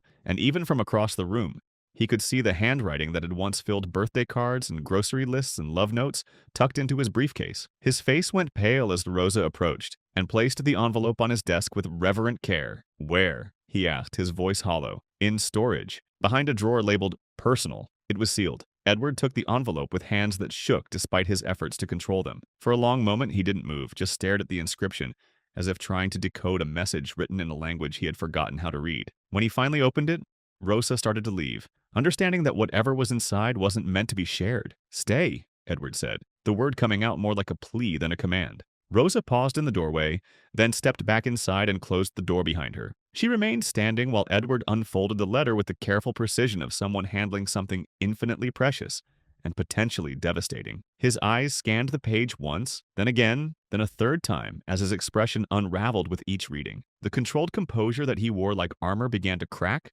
revealing something raw and unguarded beneath. She wrote this 3 days before the crash, he said, his voice barely above a whisper. Rosa said nothing, understanding that her role in this moment was simply to witness whatever needed to be witnessed, to offer the kind of silent support that didn't require words or explanations. Edward's voice faltered as he began to read aloud, the words catching in his throat but carrying the weight of prophecy and love. If you're reading this, it means you've forgotten how to feel, or maybe you've buried it too deep. Edward, don't try to fix him. He doesn't need solutions. He needs someone who believes he's still in there. Even if he never walks again, even if he never says another word, just believe in who he was, who he still is. The words hit Edward like physical blows, each sentence stripping away another layer of the protective distance he had built around his emotions. His hands trembled as he continued reading, his voice becoming smaller and more broken with each phrase. His hands need to find the rhythm. Maybe someone will reach him when I'm gone. I hope they do. I hope you let them. Edward didn't try to finish the rest. He folded the paper and bowed his head, his shoulders shaking with the kind of sobs that come from grief too long held in check. It wasn't a quiet cry or a dignified display of emotion. It was raw and unguarded, the sound of a man finally allowing himself to break under the weight of 3 years of carefully controlled pain. Rosa didn't offer comfort through words or platitudes. She simply stepped closer and rested a hand on his shoulder, not as a servant offering consolation to her employer, but as one human being acknowledging another's suffering. Her touch was steady and warm, carrying no agenda other than the simple recognition that no one should have to carry such pain alone. Edward leaned forward, covering his face with both hands as the sobs continued to come in waves. Each one seemed to take something from him, pride, perhaps, or the illusion of control, but what remained looked more human than he had allowed himself to be in years. The grief wasn't just for Lillian, though. Her absence filled every corner of the room like a presence that refused to be ignored. It was for the years he had spent trying to solve Noah's silence instead of simply sitting with him in it. It was for all the ways he had chosen expertise over intuition, protocol over presence, the safety of clinical distance over the terrifying vulnerability of real connection. Rosa didn't move until his breathing began to calm, until the storm of emotion had passed through him and left something quieter in its wake. When he finally looked up at her, his eyes were red and wet, but there was something different in his expression, something that looked like relief. "She would have liked you," he said, his voice hoarse but steady. The words weren't meant as flattery or casual comfort. They carried the weight of recognition, of understanding that had been years in the making. Lillian would have seen in Rosa the same qualities that had drawn her to dance with Noah, the courage to approach another person with genuine care, the wisdom to offer presence instead of solutions, the faith that connection was always possible if you were brave enough to remain open to it. Rosa's response came quietly, without hesitation. "I think she already does." The sentence hung in the air between them, neither mystical nor sentimental, but carrying a truth that transcended rational explanation. In that moment, with Lillian's letter open on the desk, and the weight of her words still echoing in the room, it felt entirely possible that love could reach across the boundaries of life and death, that guidance could come from those who were gone to those who were still struggling to find their way. Edward picked up the letter again and read the final line, this time in a whisper that was more prayer than speech. "Teach him to dance even when I'm gone." Rosa exhaled slowly, her heart tightening as she recognized the words that had been haunting her dreams for weeks. She had felt drawn to Noah's stillness, compelled to offer him movement and music without understanding why. Now she knew. She had been answering a request that had been made before she ever set foot in their home, fulfilling a wish that had been waiting years for the right person to receive it. "I think she already does," Rosa repeated, and this time Edward understood what she meant. Lillian's presence wasn't gone. It had simply taken a different form, working through Rosa's hands and voice and intuitive understanding to reach the son she could no longer hold. Edward folded the letter one final time and placed it in the center of his desk, where it would remain visible, not hidden or stored, but present and acknowledged. For the first time since Lillian's death, he allowed himself to feel her guidance not as a memory to be treasured, but as a living force that could still shape their future. That night, alone in her small apartment, Rosa sat by her window and looked out at the city lights, understanding that she had been part of something larger than employment from the very beginning. She had been called to this family not by coincidence, but by the kind of love that refuses to be contained by death, that finds ways to keep working in the world through willing hearts and open hands. The next morning, she returned to the penthouse early, humming again as she gathered her supplies. But this time, her humming carried a different quality. Not just melody, but prayer. Not just sound, but the echo of a promise being kept by someone who had loved deeply enough to ensure that her love would continue even in her absence. The ribbon had become their shared language, a yellow thread of connection that transformed the sterile therapy room into a space where miracles could unfold quietly, without fanfare or medical documentation. Rosa brought it each morning now, not as equipment or a therapeutic tool, but as an invitation to whatever lay waiting beneath Noah's careful stillness. She had never announced its purpose or explained her methodology to anyone. The ribbon simply appeared in her gentle hands, and Noah's eyes would brighten almost imperceptibly, the only sign he needed to give that he was ready to participate in whatever quiet dance they would create together. "This is just for us," Rosa had told him on the first day she brought the faded yellow fabric, her voice carrying the kind of calm certainty that made promises feel safe. "No pressure, we'll let the ribbon do the work." She looped it loosely around his hand and her own, creating a physical connection that somehow translated into emotional understanding. Then she moved slowly, teaching him to follow motion with motion, not with his legs, never demanding what his body couldn't provide, but with his arms and torso and the subtle sway of his upper body that remembered what it felt like to be part of something rhythmic and alive. At first, it was almost nothing. A faint shift of his wrist when she moved left, a barely perceptible tilt of his elbow when she stepped back. But Rosa celebrated every millimeter of effort as if it were a standing ovation, whispering encouragement that felt more like recognition than praise. "There," she would say softly when Noah managed to extend his arm in harmony with her movement. "That's it. That's dancing." Noah would respond with the same slow double blink that had become his way of saying yes, and the conversation would continue in this language of touch and rhythm that needed no words to communicate profound truths about connection and joy. Edward watched from the doorway more frequently now, no longer hiding his observation, but not yet ready to participate. His presence had shifted from surveillance to something closer to reverence, as if he were witnessing a religious ceremony whose significance he was only beginning to understand. The sessions grew more complex, gradually, organically, without pressure or artificial timelines. Rosa added a second ribbon, allowing Noah to practice extending both arms in gentle arcs while she stood behind him,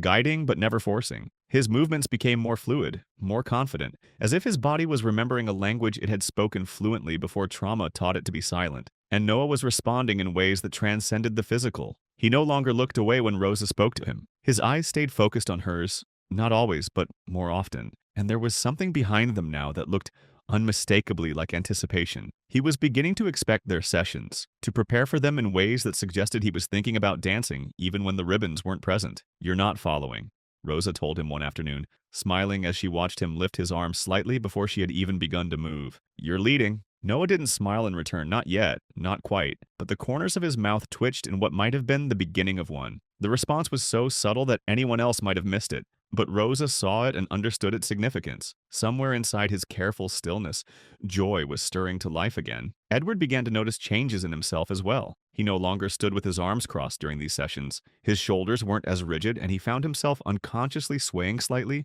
to rhythms that Rosa created with her movements. The careful distance he had maintained from anything that might threaten his emotional equilibrium was dissolving, replaced by something that felt dangerously close to hope. He had built his entire life around strategy and control, around the belief that every problem could be solved through sufficient analysis and resources. But what Rosa was creating with Noah couldn't be replicated in a laboratory or measured in clinical assessments. It existed in the space between two people who had chosen to trust each other, and it grew stronger each day, not because of any technique, but because of the simple, radical decision to approach another human being with genuine care. Rosa never asked Edward to join their sessions. She understood that invitation had to come from readiness, not expectation, and that forcing participation would destroy the delicate ecosystem of trust they had spent weeks building. But she left space for him in their rhythm, a gap in their circle that remained open in case he ever chose to step into it. Then came the afternoon that changed everything. The moment when possibility transformed into reality in ways that no one could have anticipated. Rosa and Noah were practicing their usual sequence, the yellow ribbon connecting their hands as they moved together in a gentle pattern that had become as familiar as breathing. The music played softly from Rosa's small speaker, the same wordless melody they always used, a rhythm that had become the soundtrack to Noah's gradual awakening. But something was different this time. As Rosa stepped slightly to the side, Noah followed not just with his arms, but with his entire torso, leaning into the movement with an intention that caught both of them by surprise. And then, impossibly, his hips began to sway, a gentle shift from left to right that had nothing to do with the wheelchair and everything to do with the music that was moving through him. Rosa froze, not out of alarm but out of awe. She watched as Noah's movements became more deliberate, his body finding a rhythm that transcended the limitations everyone had accepted as permanent. His legs didn't lift, but his feet began to slide across the mat on the floor, tiny movements that were nonetheless unmistakably intentional. "You're moving," Rosa whispered, her voice thick with amazement and something that might have been tears. Noah looked at her, then down at his feet, as if he too was surprised by what his body was remembering. The ribbon between their hands continued to flutter with their shared motion, connecting them in this moment of breakthrough that was happening, not because of medical intervention, but because of the simple decision to dance together. Rosa didn't push for more or try to amplify what was happening. She waited, holding the space for Noah to explore this new possibility at his own pace. And then he did it again. The subtle shift of weight from one foot to the other, the gentle sway of his hips, the movement that might not have qualified as dancing by any formal definition, but was absolutely, undeniably alive. Edward walked into the room mid-movement, intending only to check on their progress before his evening conference calls. What he saw stopped him completely. His son, moving with purpose and rhythm, his face calm but focused as he participated in something that looked remarkably like joy.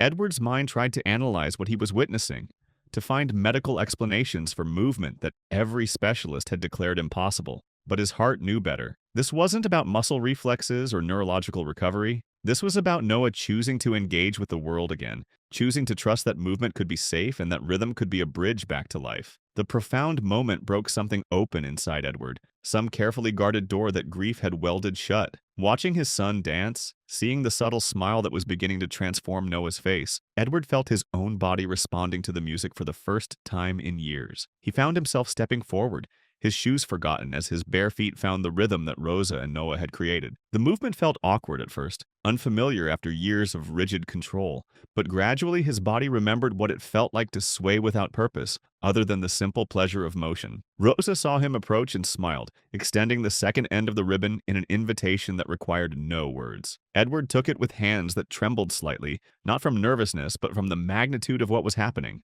For the first time since Lillian's death, the three of them were connected, not by obligation or necessity, but by choice, by the shared decision to create something beautiful together. They didn't dance perfectly. Edward's movements were tentative and self-conscious. Noah's were limited by his physical condition, and Rosa had to accommodate both of their constraints while maintaining the rhythm that held them all together. But perfection wasn't the goal. Connection was, and in that, they succeeded completely. Edward found himself standing behind Noah, one hand on his son's shoulder and the other connected to Rosa through the yellow ribbon that had become their lifeline to each other. The music continued to play, and gradually Edward stopped thinking about anything other than the present moment. The weight of Noah's body as he leaned into the movement, the warmth of Rosa's presence as she guided them both through the steps of a dance that existed nowhere except in this room.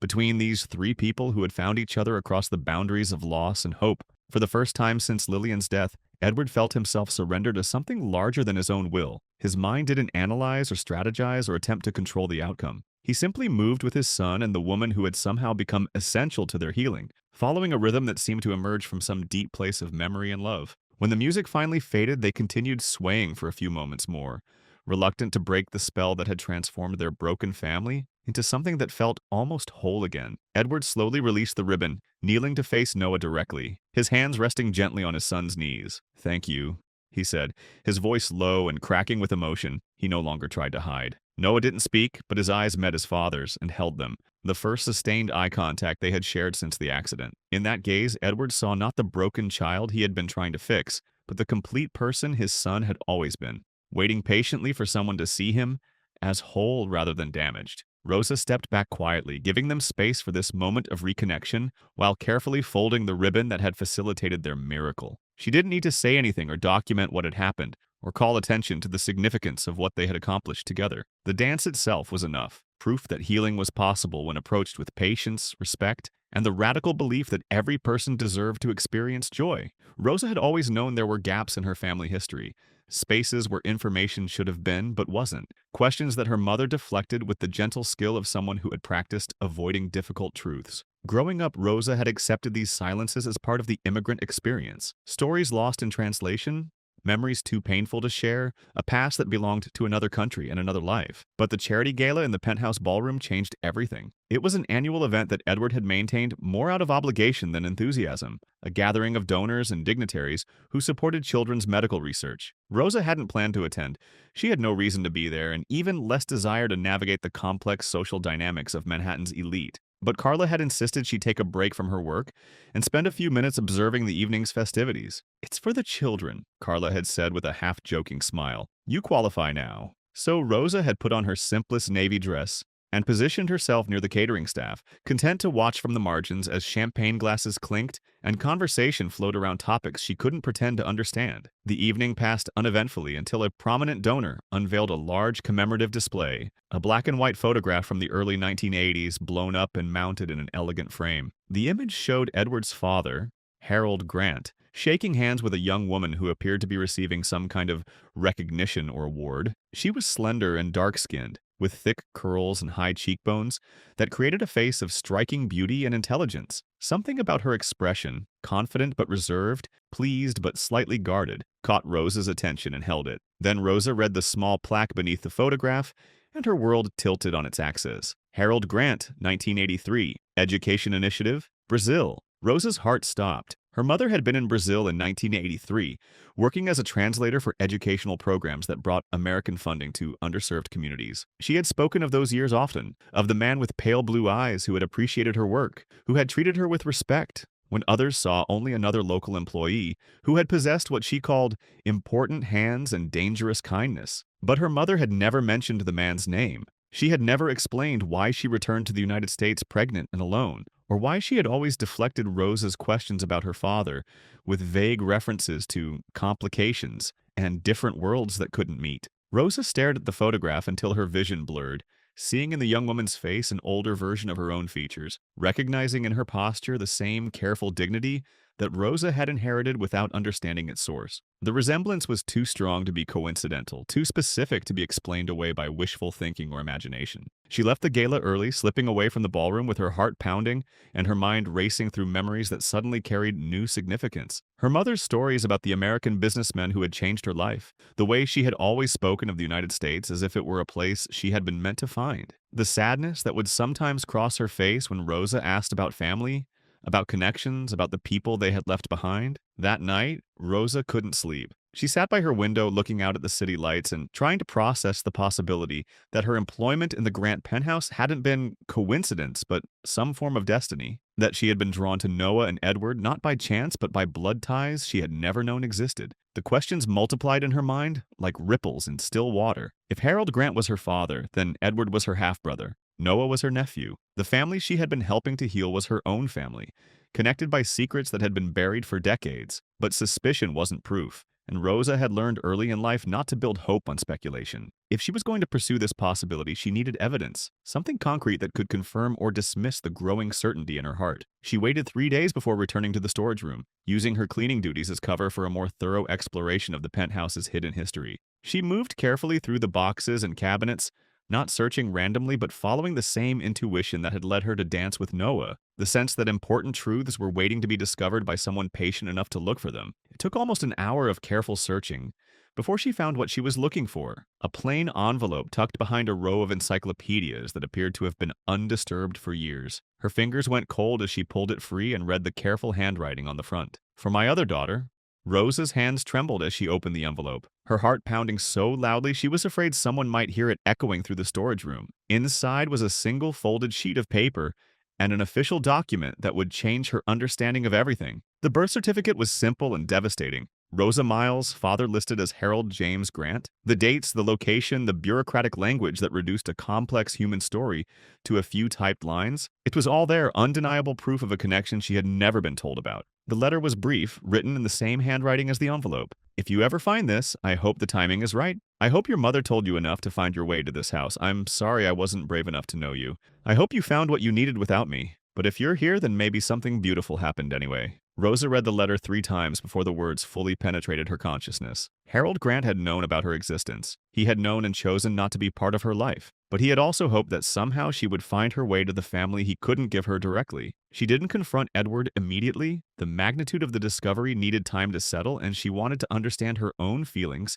before attempting to explain them to someone else. She continued her work in the penthouse for several more days, but everything felt different now. The spaces she cleaned, the people she interacted with, the quiet moments she shared with Noah all carried new weight and significance. Edward was her half-brother. The realization should have changed how she felt about their relationship, should have made their interactions more complicated or more meaningful. But what surprised Rosa was how little it changed the essential truth of what they had built together. She had come to care for Noah and Edward not because of any genetic connection, but because they were people who needed what she could offer. Blood relationship didn't diminish that care. It simply provided context for why the connection had felt so natural from the beginning. When she finally decided to share her discovery, Rosa chose to do it simply and directly, without drama or elaborate revelation. She found Edward in his study one evening, sitting with the letter from Lillian still visible on his desk, a glass of scotch untouched beside him. "I think you should see this," she said quietly, offering him the envelope she had found. Edward took it with the careful attention he had learned to give to anything Rosa brought him. When he read the name on the front,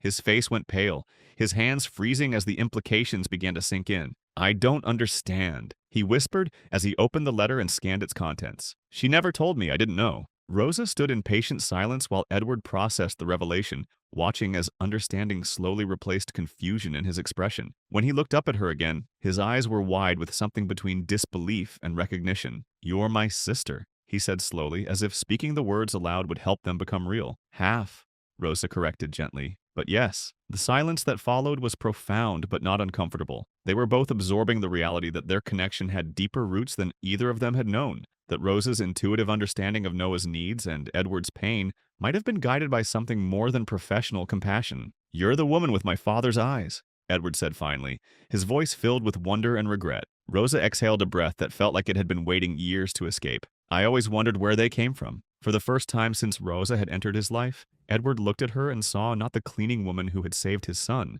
but the sister he had never known he had, the daughter Harold Grant had acknowledged in private but never claimed in public, the family member who had found her way home through service rather than inheritance. The discovery explained so much: why Rosa had seemed to understand the house and its rhythms so quickly, why her presence had felt necessary rather than merely helpful, why her connection to Noah had transcended the usual boundaries between caregiver and patient. She hadn't been a stranger offering assistance to a broken family. She had been family herself, answering a call that had been waiting decades to be heard. Edward couldn't sleep that night. The envelope containing proof of Rosa's identity sat on his desk like evidence of a reality he wasn't prepared to accept, challenging everything he thought he understood about coincidence, family, and the forces that had brought them together. He found Rosa the next morning in Noah's room, going through her usual routine of gentle cleaning, while humming melodies that now carried new significance. When she looked up and saw him standing in the doorway, something in his expression made her pause mid-motion, her hand stilling on the cloth she had been using to dust the windowsill. "Rosa,"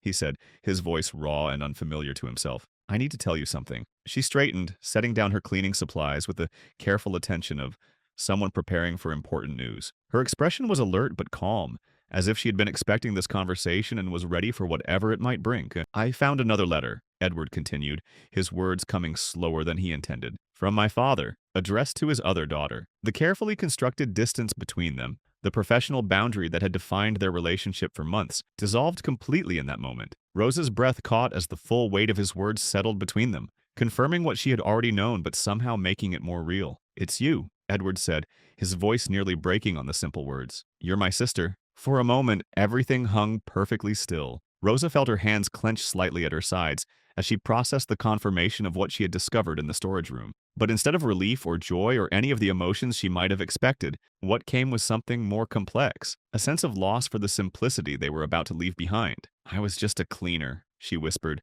the words emerging without conscious thought. "I didn't mean to clean your history." The sentence landed like a blow that neither of them knew how to absorb. It carried the weight of everything that was about to change.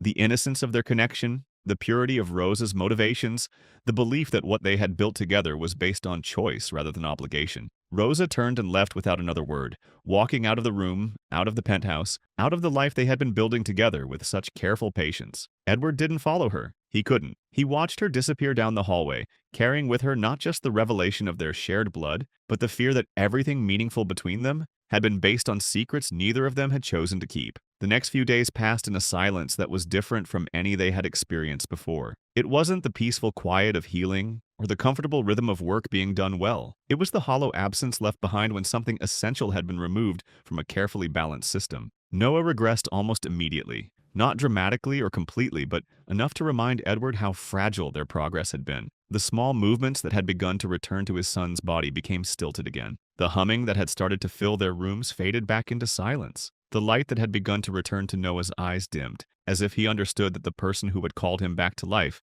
was no longer there to maintain the connection. Edward tried to continue the routines that Rosa had established. He brought the yellow ribbon to Noah's room and attempted to recreate the gentle movements they had shared, but his efforts felt mechanical and forced. Without Rosa's intuitive understanding of rhythm and patience, the exercises became empty gestures that seemed to highlight their loss rather than bridge it. He considered calling Rosa more than once, his phone in his hand and her number displayed on the screen. But what could he say? How do you ask someone to return to a relationship that had been fundamentally altered by truths neither of you had been prepared to face? How do you explain that the family secret you had never known existed had somehow made everything feel less authentic rather than more meaningful? Dr. Chen returned for Noah's scheduled therapy session and immediately noticed the change in his responsiveness. The small victories they had achieved during Rosa's time with them seemed to have evaporated, leaving behind a child who was once again locked in the protective silence that had defined him for years. Has there been any change in his routine? Dr. Chen asked,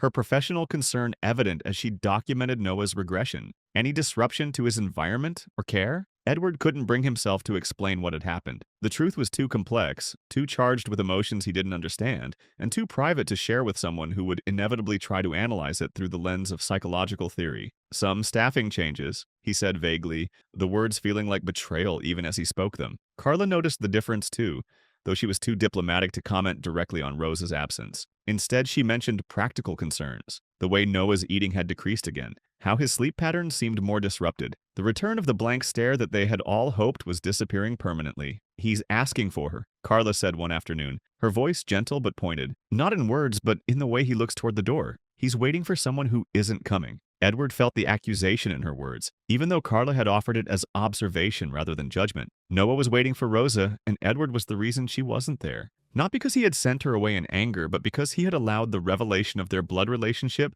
to poison something that had been pure and healing. On the fourth day of Rosa's absence, Edward sat beside Noah's wheelchair in the evening light, watching his son stare out the window with the same vacant expression that had characterized the 3 years before Rosa's arrival. The progress they had made, the movement, the connection, the small miracles of engagement, felt like a dream that was fading with each passing hour. I don't know what to do, Edward confessed aloud, speaking to his silent son as if Noah might offer guidance or absolution. I don't know how to move forward without her. Noah didn't answer, of course, but something in his posture, the slight turn of his head, the way his fingers curved inward, suggested that he was listening, that he understood the loss they were both experiencing. That night, Edward found himself in Rosa's former workspace, standing among the cleaning supplies and equipment that had been her domain for months. Everything was organized with the same careful attention to detail she had brought to every aspect of her work. But the space felt abandoned, waiting for someone who might never return. He picked up the small speaker she had used to play music during her sessions with Noah, turning it over in his hands like an artifact from a civilization that had disappeared without explanation. The device held memories of melodies that had filled their home with life, rhythms that had called his son back from silence, and taught a grieving father how to dance again. Edward understood with the clarity that comes from loss that what Rosa had given them wasn't diminished by the revelation of their family connection. If anything, it was more remarkable. She had offered them healing, not because she was obligated to by blood or employment, but because she had seen need and chosen to respond to it with everything she had to give. The love she had shown Noah, the patience she had offered Edward, the quiet revolution she had brought to their lives, none of that became less meaningful because they shared a father. It became more precious, more rare, more worthy of protection and gratitude. But understanding that truth and knowing how to act on it were entirely different challenges. Edward had built his life around control and certainty, around the belief that relationships could be managed like business deals if you understood the terms and conditions clearly enough. The discovery that Rosa was his sister had shattered that illusion,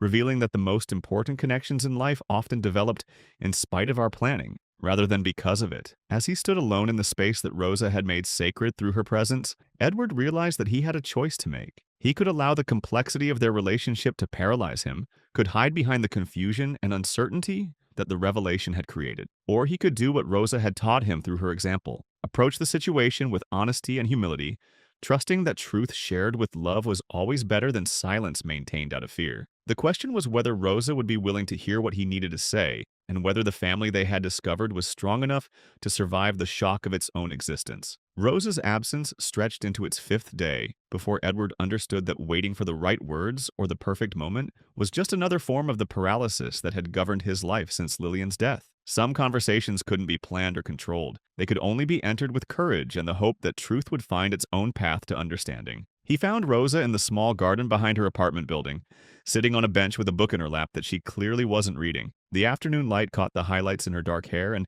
Edward was struck by how much she resembled the young woman in his father's photograph. The same combination of strength and vulnerability, the same careful dignity that suggested depths he was only beginning to understand. She looked up when she heard his footsteps on the gravel path, her expression neither surprised nor welcoming, but not hostile either. It was the face of someone who had been expecting this conversation and had prepared herself for whatever it might bring. "I want you to stay," Edward said without preamble, abandoning the careful speech he had rehearsed during the drive to her apartment. "Not just as a cleaner, not even just as what you've become to Noah. I mean stay permanently as part of this, as family." Rosa closed her book and set it aside, her movements deliberate and calm. "I don't know what to say," she admitted. "You don't need to answer now," Edward replied, sitting on the opposite end of the bench without asking permission. "I just want you to know that this place, our home, feels different when you're in it. Alive. And not just for Noah, for me too." They sat in silence for several minutes, watching the afternoon shadows lengthen across the small garden. Edward felt the familiar urge to fill the quiet with explanations or justifications,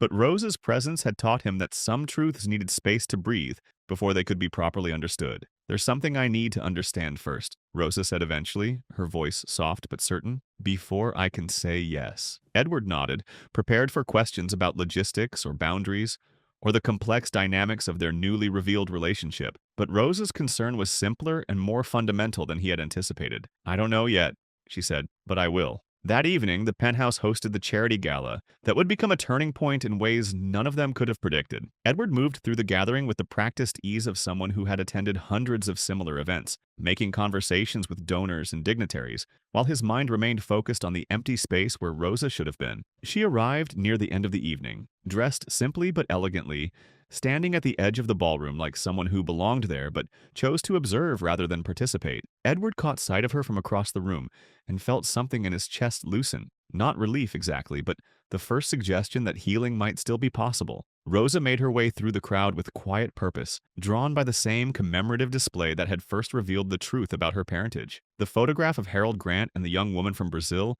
seemed to glow under the gallery lights, demanding attention from anyone who looked closely enough to see the connections it contained. But this time, Rosa wasn't looking at the image with the shock of recognition. She was studying it with the careful attention of someone trying to understand, not just what had happened, but why it had remained hidden for so long. An elderly man approached her as she stood before the display, his movements careful but confident. "Beautiful photograph," he said, his voice carrying the slight accent of someone who had learned English as a second language. "I knew them both, you know, Harold and Maria." Rosa turned to face him, her heart beginning to race as she recognized the possibility that this stranger might hold pieces of the story she had been trying to understand. "Maria, your mother," the man said gently. "You have her eyes, but Harold's chin. I wondered if you would ever find your way here." The conversation that followed filled in details that Rosa had been missing for decades. Dr. Carlos Mendoza had worked as a coordinator for the education initiative that brought Harold Grant to Brazil in 1983. He had witnessed the relationship that developed between the American businessman and the young translator who helped navigate the complex cultural and linguistic challenges of the project. They loved each other, Dr. Mendoza said simply, but Harold was married and Maria was proud. She chose to leave before the situation became impossible for both of them. "Harold never knew about you until years later, when it was too late to change what had already been decided." Rosa listened to the story of her origins with a mixture of sadness and understanding. Her mother had made an impossible choice between love and integrity, between happiness and honor. Harold had been left to wonder what might have been, carrying guilt and regret that eventually led him to write the letter Rosa had found in the storage room. "He tried to find you both," Dr. Mendoza continued, "after his wife died, when Edward was still young. But Maria had made a new life, and she asked him to respect her decision to keep the past in the past. So he did, but he never stopped hoping that someday you might find each other." The revelation recontextualized everything Rosa thought she understood about her discovery of the Grant family. It hadn't been coincidence that led her to the penthouse, but it also hadn't been manipulation or destiny in any simple sense. It had been the slow working of love across time and distance, creating opportunities for connection that could only be seized by people brave enough to recognize them. Edward found her as the gala was ending, standing alone in front of the photograph with tears in her eyes, but something that looked like peace in her expression. "Now I understand," she said without turning to face him. "I'm not here by accident, but I'm not here because of obligation either. I'm here because sometimes love finds a way to finish what it started, even when the people who began it can't see the ending." Edward moved to stand beside her, both of them looking at the image of their father and Rosa's mother, captured in a moment of professional collaboration that had contained so much more than either of them could acknowledge at the time. "Will you come home?" Edward asked quietly. Rosa turned to face him, her eyes clear and certain. "Yes," she said, "but not as your employee, not as a stranger who happened to help, as family, as someone who chooses to be here because this is where I belong." They left the gala together, riding the elevator to the penthouse in comfortable silence. When the doors opened to reveal the familiar expanse of marble and chrome that had become Rosa's workplace and Edward's prison, the space felt different, not because anything physical had changed, but because the people entering it had been transformed by truth and choice, and the decision to build something new from the foundation of what they had already discovered together. Noah was awake when they entered his room, sitting in his wheelchair by the window as if he had been waiting for this moment. When he saw Rosa, his face lit up with something that could only be called joy, pure, uncomplicated happiness at the return of someone he had thought was lost. Rosa knelt beside his wheelchair and took his hands in hers, her voice soft but steady as she spoke. "I'm sorry I left," she said. "I needed to understand something important, but I'm not leaving again. We're family now. All of us." Noah didn't speak, but his eyes held hers with an intensity that conveyed everything words couldn't capture. He understood in the way that children sometimes do that something fundamental had changed, not just Rosa's position in their household, but the very nature of what they were building together. That night, for the first time since the revelation of their relationship, the three of them gathered in the living room, where Rosa had first danced with Noah. Edward brought out the yellow ribbon that had become their shared symbol, and slowly, carefully, they began to move together again. The dance was different this time, more tentative at first, as if they were all learning new steps. But gradually, as the music played and their bodies found the familiar rhythm, the joy returned. Rosa spun gently with Noah's hand in hers while Edward provided steady support from behind, and for a few perfect minutes, they were simply a family dancing together in their living room. When the music ended, they remained connected by the ribbon and by something much stronger, the understanding that they had chosen each other not once but twice, first as strangers drawn together by need and compassion, and then as family willing to rebuild their connection on the foundation of truth. 6 months had passed since the revelation that changed everything, and the penthouse had been transformed in ways that went far beyond the addition of Rosa as a permanent family member. The sterile perfection that had once characterized every room had given way to something warmer, more alive, spaces that showed evidence of being lived in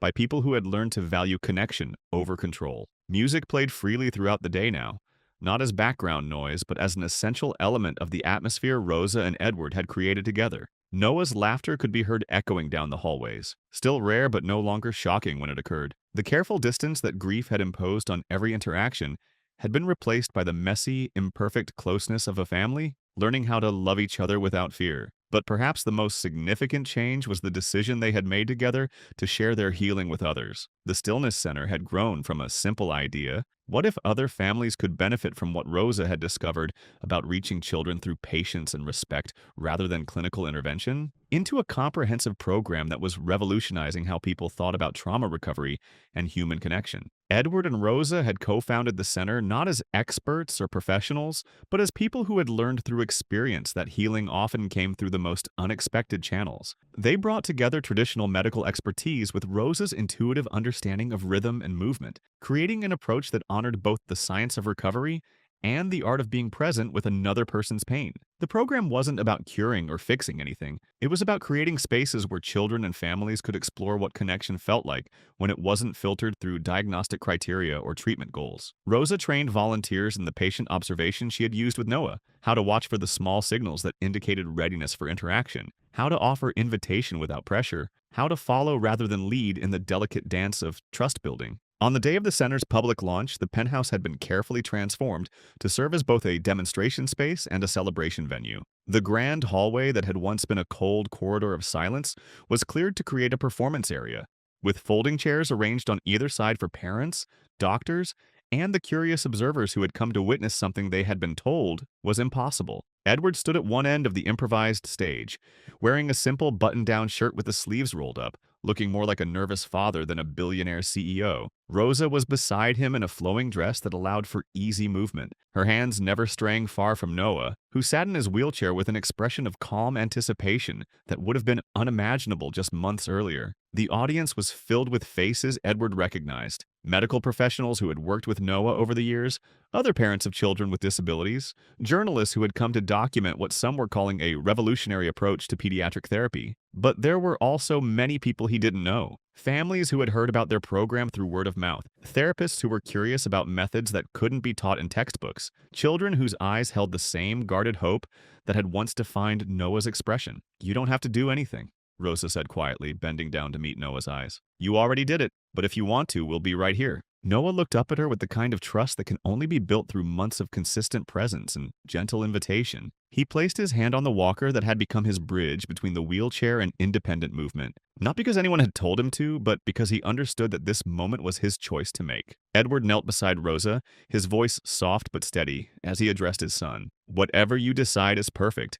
We're proud of you no matter what." The room fell silent as Noah gripped the walker with both hands and slowly, deliberately rose to his feet. The movement wasn't smooth or effortless. His legs trembled with the effort, and his face showed the concentration required to coordinate muscles that had been dormant for years. But it was unmistakably intentional, a choice made not from obligation, but from the desire to share something beautiful with people who had gathered to witness it. His first step was careful, more of a controlled lean than actual movement. The second was more confident. By the third, he had found his rhythm, the same careful, purposeful pace that had characterized all of his healing. When he reached the center of the improvised stage, he stopped, straightened as much as his condition allowed, and offered a small bow that carried more dignity than any formal gesture Edward had ever witnessed. The applause was immediate and overwhelming, but Noah seemed to expect it rather than be surprised by it. He had learned, through months of gentle encouragement, that his efforts to connect with the world were worthy of celebration, that his courage to move beyond the protective silence of trauma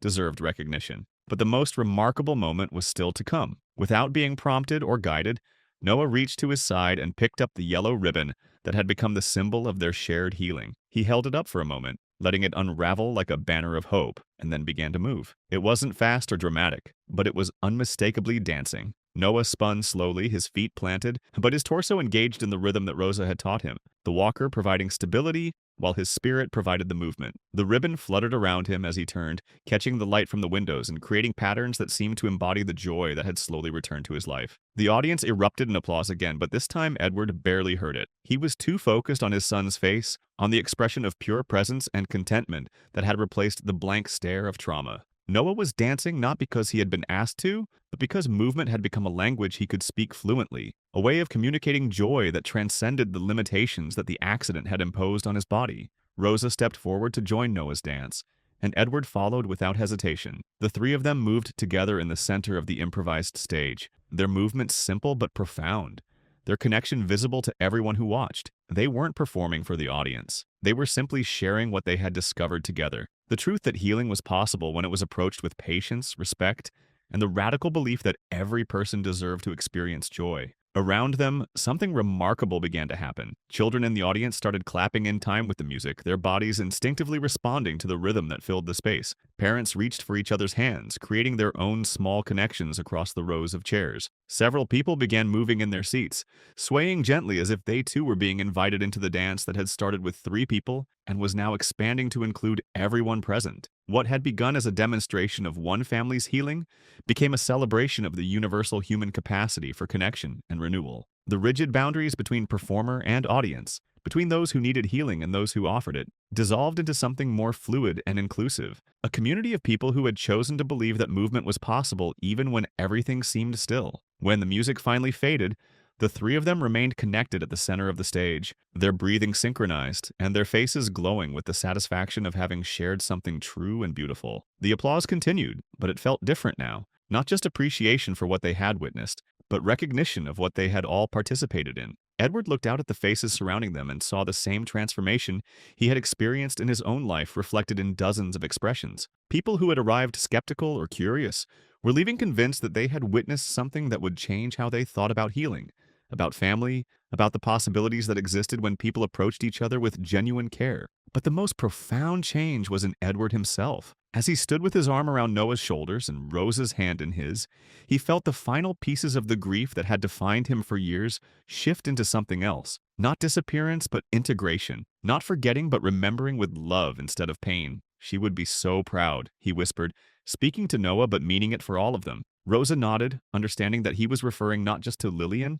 but to his mother as well, to Harold. To all the people who had loved them enough to create the circumstances that brought them together. I think she already is, Rosa replied, and this time Edward knew she was right. The evening that followed was filled with conversations that would lead to partnerships, funding opportunities, and the gradual expansion of their program to other cities and other families. But what mattered most to Edward was the quiet moment when they returned to the penthouse after the last guest had left, when the three of them sat together in the living room, where it had all begun, and simply appreciated the silence that no longer felt empty but full. Noah hummed softly as he settled into his wheelchair, the same melody that Rosa had first played months earlier. Edward found himself humming along, his voice joining with theirs in a harmony that wasn't perfect, but was perfectly theirs. And Rosa, listening to the two men she had learned to love as family, understood that they had created something that transcended the individual healing they had each needed. They had become proof that sometimes the most profound transformations happen not through grand gestures or expensive interventions,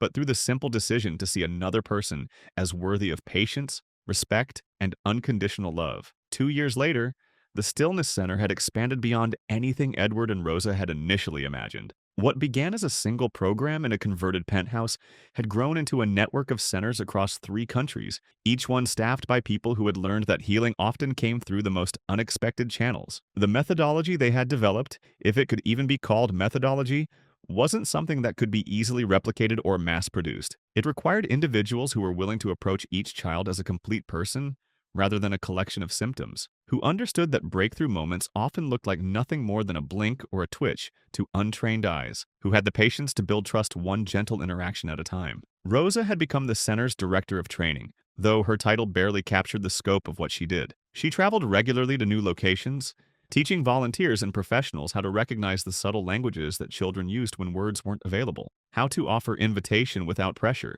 how to create spaces where healing could unfold organically rather than being imposed from outside. Edward had restructured his business interests to focus primarily on funding the center's expansion and researching new approaches to trauma recovery. Grant Technologies still thrived under the leadership of executives he trusted, but his attention had shifted to work that felt more essential, creating opportunities for other families to discover what his family had found through Rosa's presence. And Noah had become something none of them had expected, a teacher, not in any formal sense, but in the way that his story inspired other children and families to believe that change was possible even when all evidence suggested otherwise. He spoke now, though sparingly, and his words carried the weight of someone who had chosen silence and then chosen to break it. When he told other children that healing was worth the effort it required, they believed him in ways they might not believe adults who had never experienced their particular form of brokenness. On the 2nd anniversary of the center's founding, they gathered once again in the penthouse living room where the first dance had taken place. The space looked different now, warmer, more lived in, filled with photographs and artwork created by children who had passed through their program. But the essential elements remained the same. The open floor where movement was always possible, the windows that let in light and music, the sense that this was a place where miracles could unfold quietly without fanfare or dramatic announcement. Noah, now 11, had grown taller and stronger, though he still used his wheelchair for longer distances and his walker for the careful steps that had become his signature form of dancing. His face had lost the guarded blankness that trauma had imposed, replaced by the alert curiosity of a child who had learned that the world could be trusted to offer beauty as well as pain. Rosa had changed too, though the transformation was subtler. She moved through the world with the confidence of someone who had discovered her purpose and chosen to embrace it fully. The careful reserve that had characterized her first months in the penthouse had given way to something more open, more willing to claim space and voice opinions and believe that her perspective mattered. But perhaps the most dramatic change was in Edward. The rigid control that had once governed every aspect of his life had been replaced by something more flexible, more responsive to the unexpected opportunities that each day might bring. He laughed more, worried less, and had learned to find joy in small moments that wouldn't have registered on his radar just years earlier. As the three of them prepared for what had become their traditional anniversary dance, Edward reflected on how impossible this moment would have seemed when Rosa first arrived as part of the cleaning crew. A billionaire, a former maid who had become family, and a child who had been pronounced unreachable by some of the best medical minds in the world. Together, they had created something that couldn't be explained by psychology textbooks or business strategies. "Are you ready?" Rosa asked, offering the yellow ribbon that had become their shared symbol. Noah nodded, rising from his wheelchair with the practiced ease of someone who had learned to trust his body's ability to support him in moments that mattered. Edward took his position beside them, no longer self-conscious about the awkwardness of his movements or worried about maintaining the dignity that had once seemed so important. The music began, the same wordless melody that had started everything, now familiar as breathing, but still capable of creating magic when the right people moved to its rhythm. They danced slowly, carefully, each of them accommodating the other's limitations while contributing their own strengths to the shared movement. But this time, they weren't alone. Other families had joined them in the living room, children and parents who had found their own forms of healing through the center's program. Some moved in wheelchairs, others used walkers or canes, and several danced with no assistance other than the music and the encouragement of people who understood that every form of movement was worthy of celebration. The penthouse filled with the sound of laughter and conversation, with music that came from speakers and voices alike, with the gentle percussion of feet and wheels and assistive devices all finding their own way to participate in the rhythm that connected them all. Edward watched a little girl with cerebral palsy spin in her wheelchair, while her mother clapped in time with the music. He saw a boy who had been selectively mute for 3 years whisper a request to his father for a specific song. He observed dozens of small miracles that would never make headlines or inspire research grants, but that represented the most profound victory possible, the decision to keep moving forward even when the path wasn't clear. "Look," Rosa said softly, gesturing toward Noah, who had begun to hum along with the music while he danced. But Noah wasn't just humming for himself. He had begun to teach the melody to a younger child who was visiting the center for the first time, patiently repeating the phrases until the other boy could follow along. The two of them moved together, Noah providing gentle guidance while the younger child discovered that his body could create rhythm and beauty. Despite the challenges that had brought him to seek help, Edward felt his throat tighten with emotion that no longer embarrassed him. This was what Lillian had meant when she wrote about teaching Noah to dance. Not the literal steps or movements, but the deeper understanding that joy was always possible, that connection could always be chosen, that healing happened not when problems were solved, but when people decided to love each other through the complexity of being human. The evening continued until well past the children's usual bedtimes, families reluctant to leave a space where their struggles felt understood, and their progress, however small, was celebrated with genuine enthusiasm. But eventually the guests departed, leaving Rosa, Edward, and Noah alone in the living room that had become sacred to them. They sat together in the comfortable silence that had replaced the devastating quiet of earlier years, watching the city lights twinkle beyond the windows and listening to the gentle sounds of a home where people felt safe to be exactly who they were. "What do you think happens next?" Edward asked, speaking to both of them, but particularly curious about Noah's perspective. Noah considered the question with the seriousness he brought to all conversations now, his face thoughtful as he weighed possibilities that would once have seemed impossible to contemplate. "More dancing," he said finally, his voice clear and certain. "More families, more kids who think they can't move learning that they can." Rosa nodded, understanding that Noah had articulated not just their plans for the center's expansion, but something deeper about the way healing spreads from person to person, family to family, community to community when people are brave enough to share what they've learned. "More dancing," she agreed, and Edward knew that whatever challenges lay ahead, they would face them the same way they had faced everything else, together with patience and with the absolute conviction that movement was always possible for those willing to take the first step. The penthouse settled into sleep around them, but the music seemed to linger in the air not as sound but as presence, as promise, as the ongoing echo of all the joy they had created together, and all the joy still waiting to be discovered. In the morning, there would be new families to meet, new children to encourage, new forms of healing to explore and share. But tonight there was simply this: 3 people who had found each other across the boundaries of class and blood and circumstance, who had learned that the most profound medicine often came disguised as something as simple as the decision to dance, when the world expected you to sit still. Outside the windows, the city continued its restless movement, millions of people navigating their own forms of stillness and motion, silence and song. And in one penthouse 57 floors above the street, a family born from loss and choice and the radical belief in possibility continued the dance that had saved them all, keeping time with a rhythm that would never end as long as there were people willing to move together toward hope. Sometimes healing doesn't come from medicine. It comes from movement. Sometimes family isn't defined by blood alone, but by the choice to see another person as worthy of unconditional love. And sometimes the most profound transformations happen not through grand gestures, but through the simple decision to dance when the world tells you to sit still. This story reminds us that every person, no matter how broken they might appear, carries within them an essential spark that can be reached by someone willing to approach them